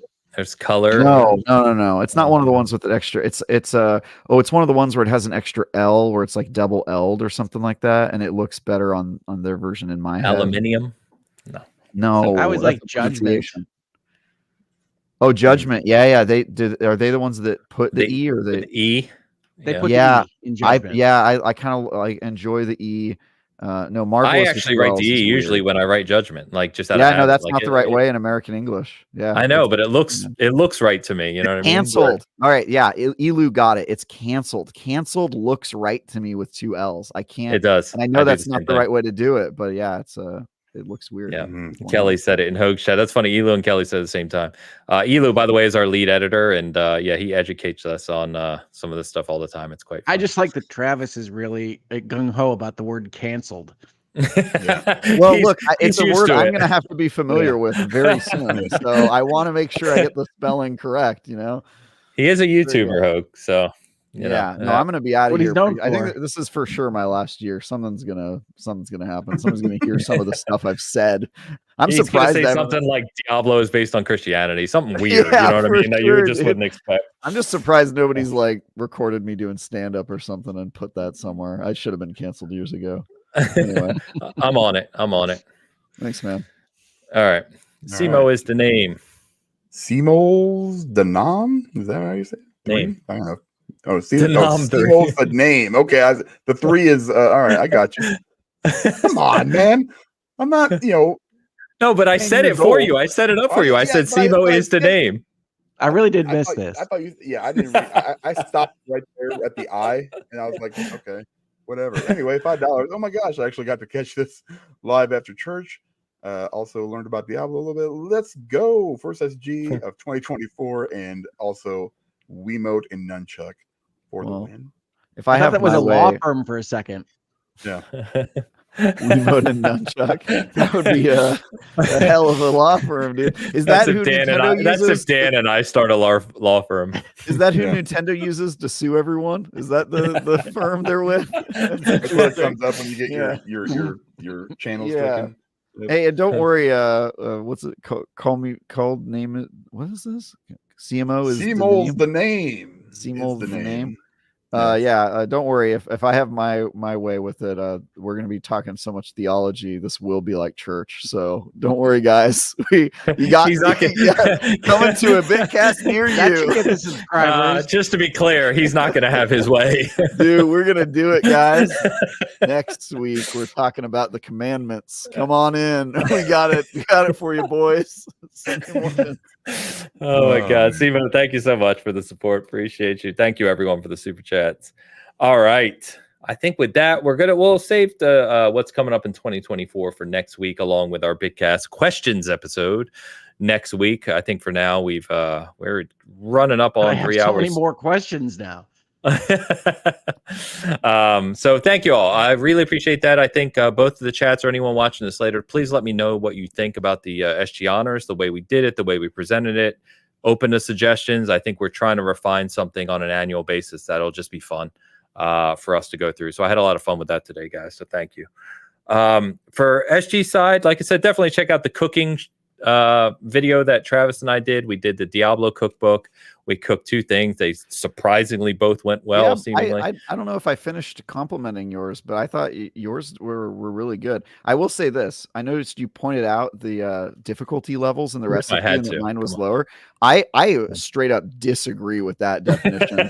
They're talking. You're making bows as a beginner recipe. Bows are like the most delicate, finicky possible like type of dough to work with. So I don't know what they were on when they came came up with those difficulties, because that dude, mine was, I don't know if you noticed, you can see the clock in the back of my video, and it goes from like 6 p.m. to like 3 a.m. by the end of the video. Like I was cooking all day, and I was like, dude, screw this recipe. Why is it taking me 8 hours? And I looked at your video and you were like, okay, we made the mix and they're in the oven and now I'm eating them. And I was like, dude, what? How is that like harder? Mine was crazy. Mine took 9 hours to cook. It was nuts. So yeah. Yeah, I saw how long yours took, and I just laughed at it. That's why I called it out, just to give you crap. Whoever came up with those difficulty sliders was smoking some crack. That was way harder. Yeah, check that out. I had some issues for whatever reason, recorded it, and my phone video got all weird. I had to do a bunch of editing to make it look even watchable. There's still one part and it's blurry. I put a note on there. Sorry about the quality of some of my clips, but it's fine. It's still fun to watch and fun to have a laugh at us.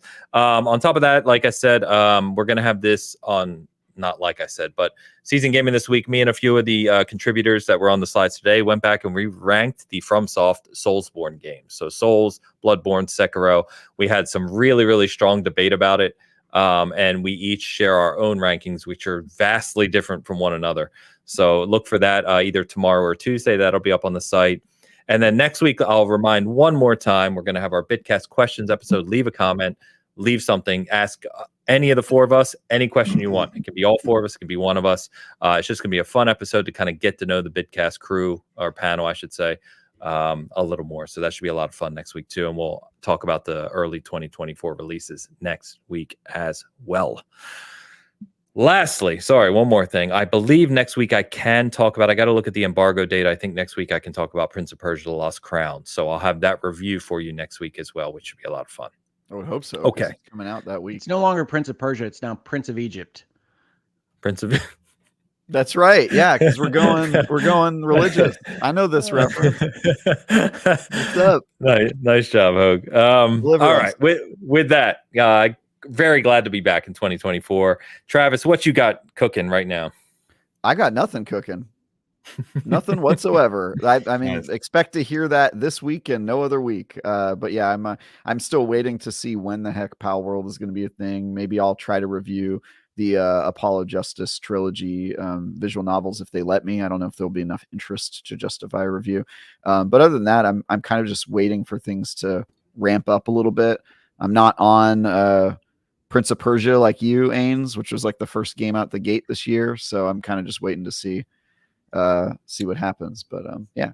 I was really excited about it too. So I was super excited when I got the code, and like I said, I can't say anything yet. But he just gave out. He's not excited anymore, guys. Leaked that he's not excited anymore. Yeah, no, I'm excited to see what people think about that, because I haven't really heard anything. But yeah, I'm just waiting to get ramped up. I'm not on any previews or reviews right now, just yet. Cool. Oh, except for Diablo stuff.